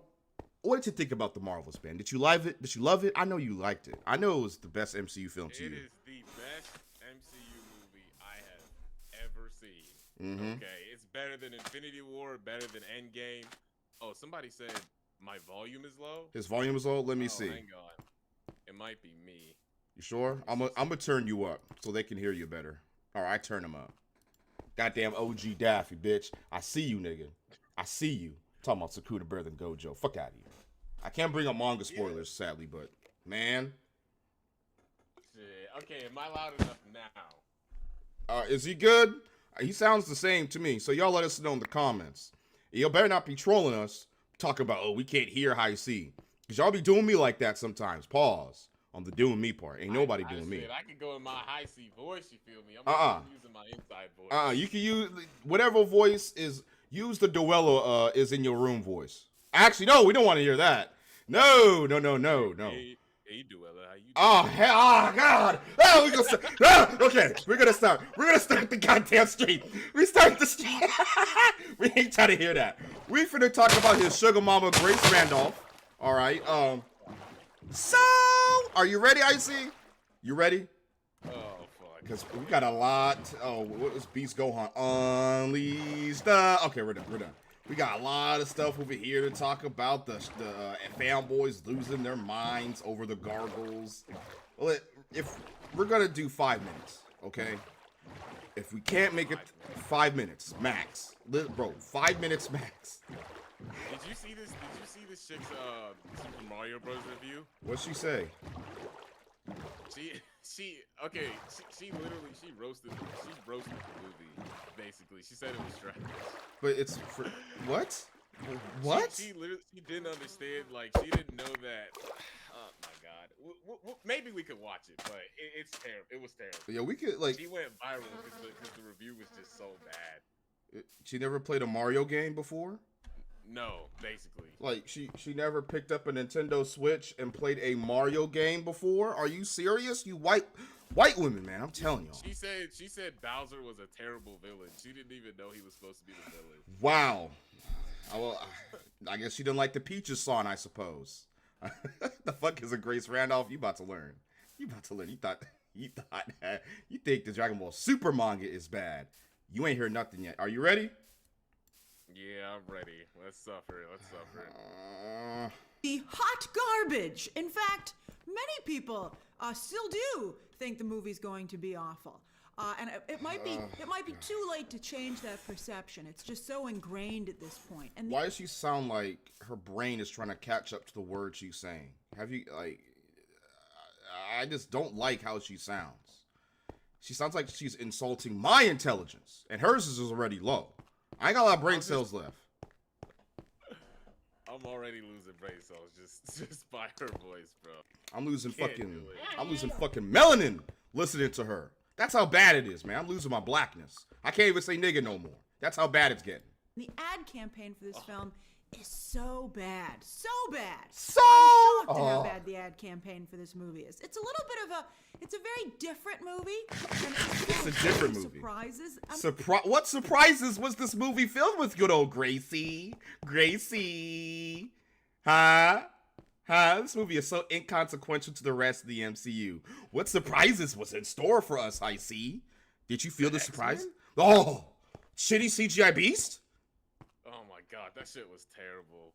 Hey, you know they put that at the end of the movie to justify that shitty film. Oh my They knew people were gonna suck it off.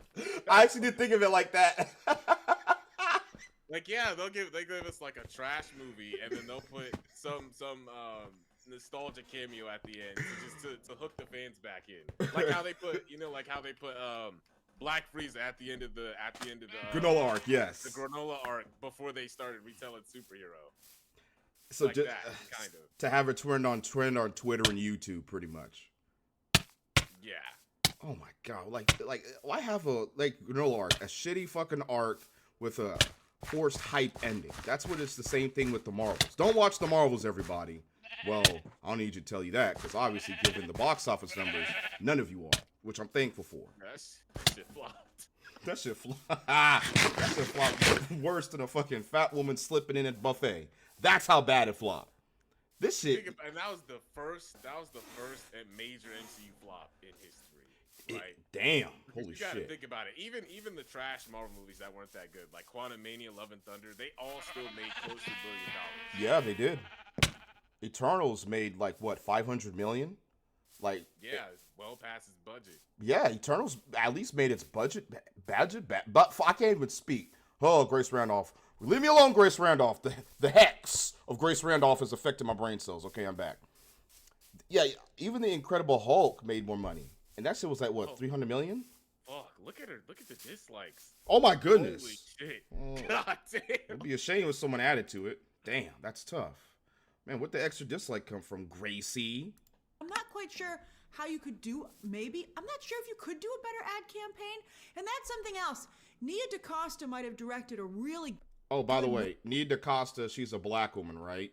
And the fanboys... Yeah, I know she is. Yeah. I didn't know who the hell she was before this movie came out.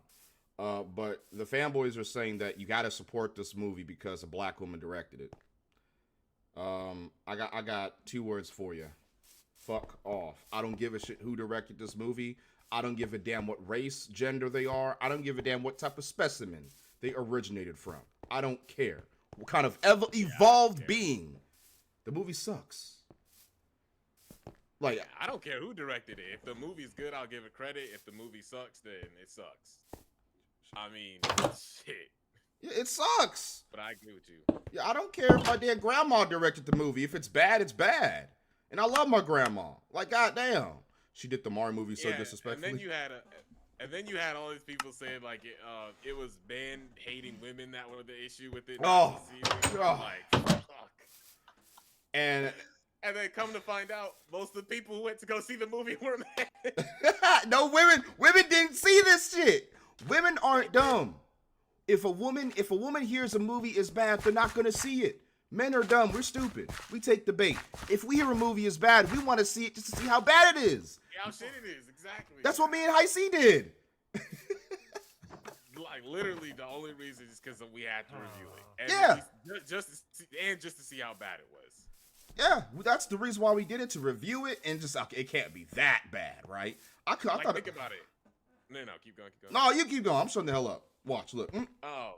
But you gotta think about it, right? I literally didn't come. I did what the shows told me to, because they always like to say lower your expectations. Oh, I lowered my expectations. I was like, as long as the movie's mid, I won't shit on it, and it still ended up being worse than expected. I hated it more than Trash X or Flash X, as Heisey calls it. I call it Trash X. It's worse than Ant-Man. I owe the Flash and Blue Beetle an apology. I'm sorry. I apologize. Okay. I mean, Blue Beetle was ass. It was dog shit. The Flash, you could kind of, if they had gotten their visuals straight and they made it connect a little bit more. Yeah. But it's still way better than this dog shit. Oh, way better. I actually enjoyed parts of the Flash, aka all the scenes that Batman were in. Batman was in. Batman specifically. That was some good shit. Yeah. That was good. But I don't know if it's worse than She-Hulk. I'm still debating, by the way. I don't know. It might be worse than She-Hulk, y'all.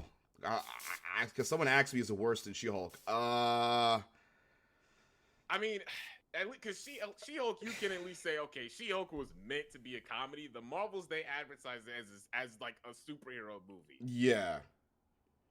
Like, so I don't know. In my opinion, it is worse than She-Hulk. It's worse than She-Hulk. Because at least. Oh my, because I hate She-Hulk. I hate that show with a burning passion. It's one of the worst things I've ever seen in my life, next to Velma. And now the Marvels joins it. I think the Marvels is worse. I think it's the worst thing, period, in the MCU. There's no getting worse than this. But they can. If they want to go with what was reported the Blade movie was going to be, oh, they can. because they're about to oh god. It could have been way worse. Now, I hate using the word woke, but that was woke. That was gonna be some woke ass shit. Okay, what they're about to do to Blade. Yeah. And I hate using that word, Heisey. You know that. I hate it. I can't stand it. But holy shit. Yeah, because it's just kind of thrown around by, you know, a certain group of people. Kind of meaningless. Like Geeks and gamers. That's why I mean, and as much as I hate their content, I do agree with them on some things. But Yeah, it's like me too. sometimes they just like to complain. Like pretty much they just throw the word woke at anything they don't agree with, which is why I avoid using the word. Yeah, the Marvels the isn't Blade woke. movie was gonna be Blade was gonna be woke. The Marvels isn't woke. It's just bad. It's bad. It's the fandom that's defending it that's woke. But the movie itself is not woke. Y'all need to stop. Ryan Kennel, Geeks and Gamers, what's his name? Nerdrotic, Heel versus Babyface, the egg that complained about pronouns. Yeah, you. I don't have an issue with these guys. The egg. The egg. The boiled egg. Yeah, I don't think he likes me very much after hearing about that. Shit, I don't give a fuck. I don't care either. Fuck him. But listen, I agree with them on some things, but not everything. They are grifters. I even like some of Neurotic's content. I think his content, Critical Drinker is the best out of all of them personally. That's my boy. I mean, Nerdrotic is a funny dude. Like, yeah, he's hilarious. He's fucking funny. Yeah. The shit he says, like about Miles Morales. Oh and, god. And then he's also a grifter too. Like, I can't get with it. Well, they're wearing clan robes when they complain about Miles. They're wearing clan robes. That's how I view it. Miles is Spider-Man. What the fuck do you think superhero suit he's wearing? What is he, just man? Black man? Is that his superhero name? He's wearing the Miles Morales suit. Miles Morales. Oh, okay, yeah. All right. So I can't believe after seeing Into the Spider-Verse, Across the Spider-Verse, and playing Spider-Man 2 and Miles Morales, they still don't think he's Spider-Man. I don't get it. Okay. Comics. It's more like they don't want him to be Spider-Man. Why? He's a great character. I can think of a few reasons. The whole purpose of Miles is that he's a successor to Peter when he retires. That's why he's training him. So in the future, if anything happens to Peter, if he dies, gets hurt, or, starts a family with MJ and is predisposed, Miles can take over and protect New York. Or am I wrong? Like even when Barry Allen, even when Barry Allen was training Wally to, when he was Kid Flash, and then surprise, Barry ended up dying in Crisis, and guess what? Wally took over as the Flash. Nobody was complaining. Didn't see anybody complaining. Well, and Riley took over as Spider-Man. Well, you see, my brother, they didn't have melanin. That's the issue. They didn't look like us.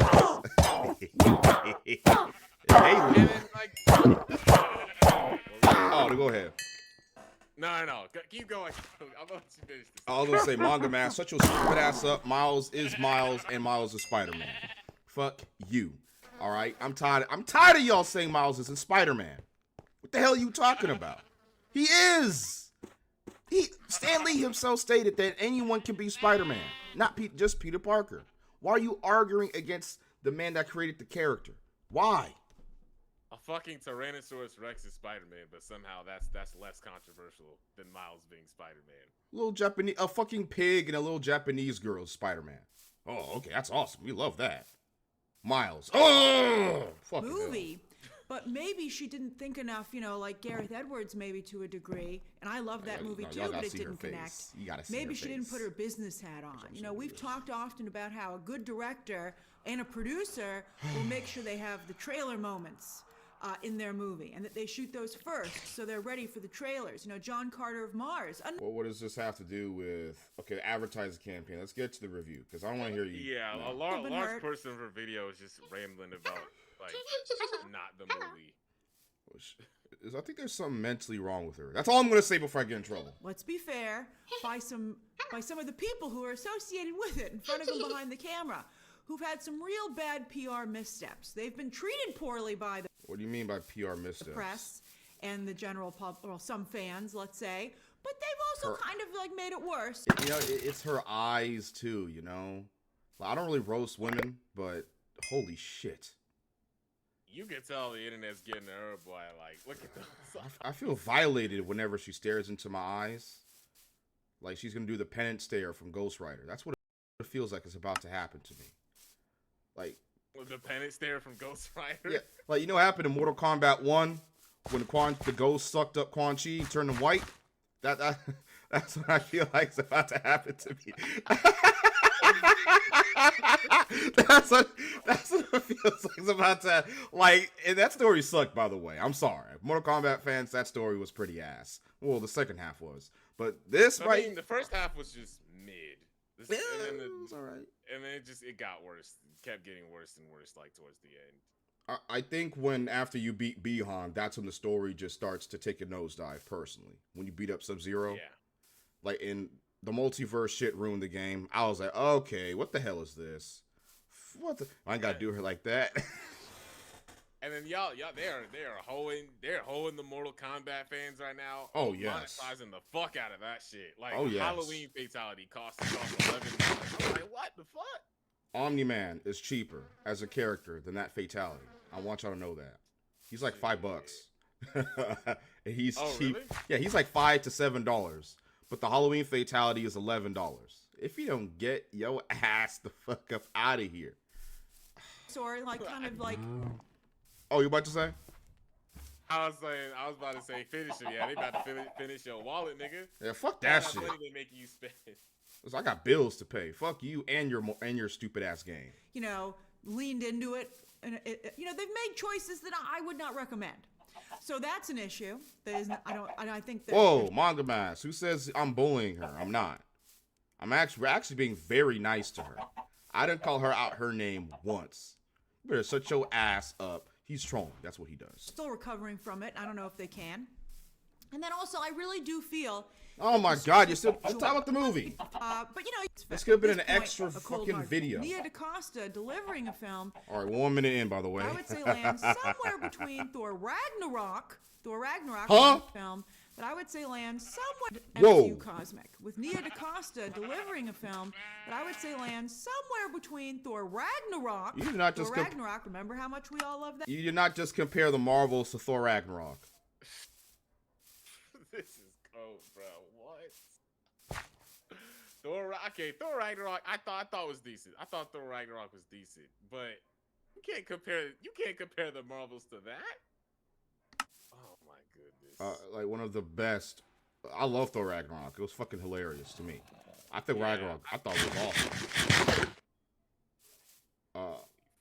But this is the level of cope, right? It's just they'll try and like compare it to past Marvel movies, like if you notice, like they can't say it's bad for whatever reason. They'll usually say like it's a fun movie, or you know they had a fun time watching it, and you can tell they're lying because if you just look at their face, you can just tell like, okay, yeah, they don't actually mean that. Why can't they just be real, I see? Why can't they just speak their mind like we do? Why? Yeah. A lot of people think they're getting paid. I don't blame them, to be honest with you. They're definitely getting paid. They definitely got Feige on their phone monitoring everything they say. If they suck off the Marvels, they get a big payout, or they get invited to the next red carpet premiere. Yeah, the press screening. Too bad you're only getting one MCU film next year. I don't even care. I don't even care about. What are we even getting next year? We're getting Echo. I'm kind of interested in that, but yeah. I ain't trusting trailers. I ain't trusting trailers after Secret Invasion. I'm not. They fumbled the bag with Secret Invasion so hard. Yeah, it's terrible. That finale was a fucking insult to my intelligence. I hated that finale. Is it bad? Is it worse than the Marvels? Ruined Nick Fury. You got one of the most They made Gaia the most powerful being in the MCU, and now she's just roaming around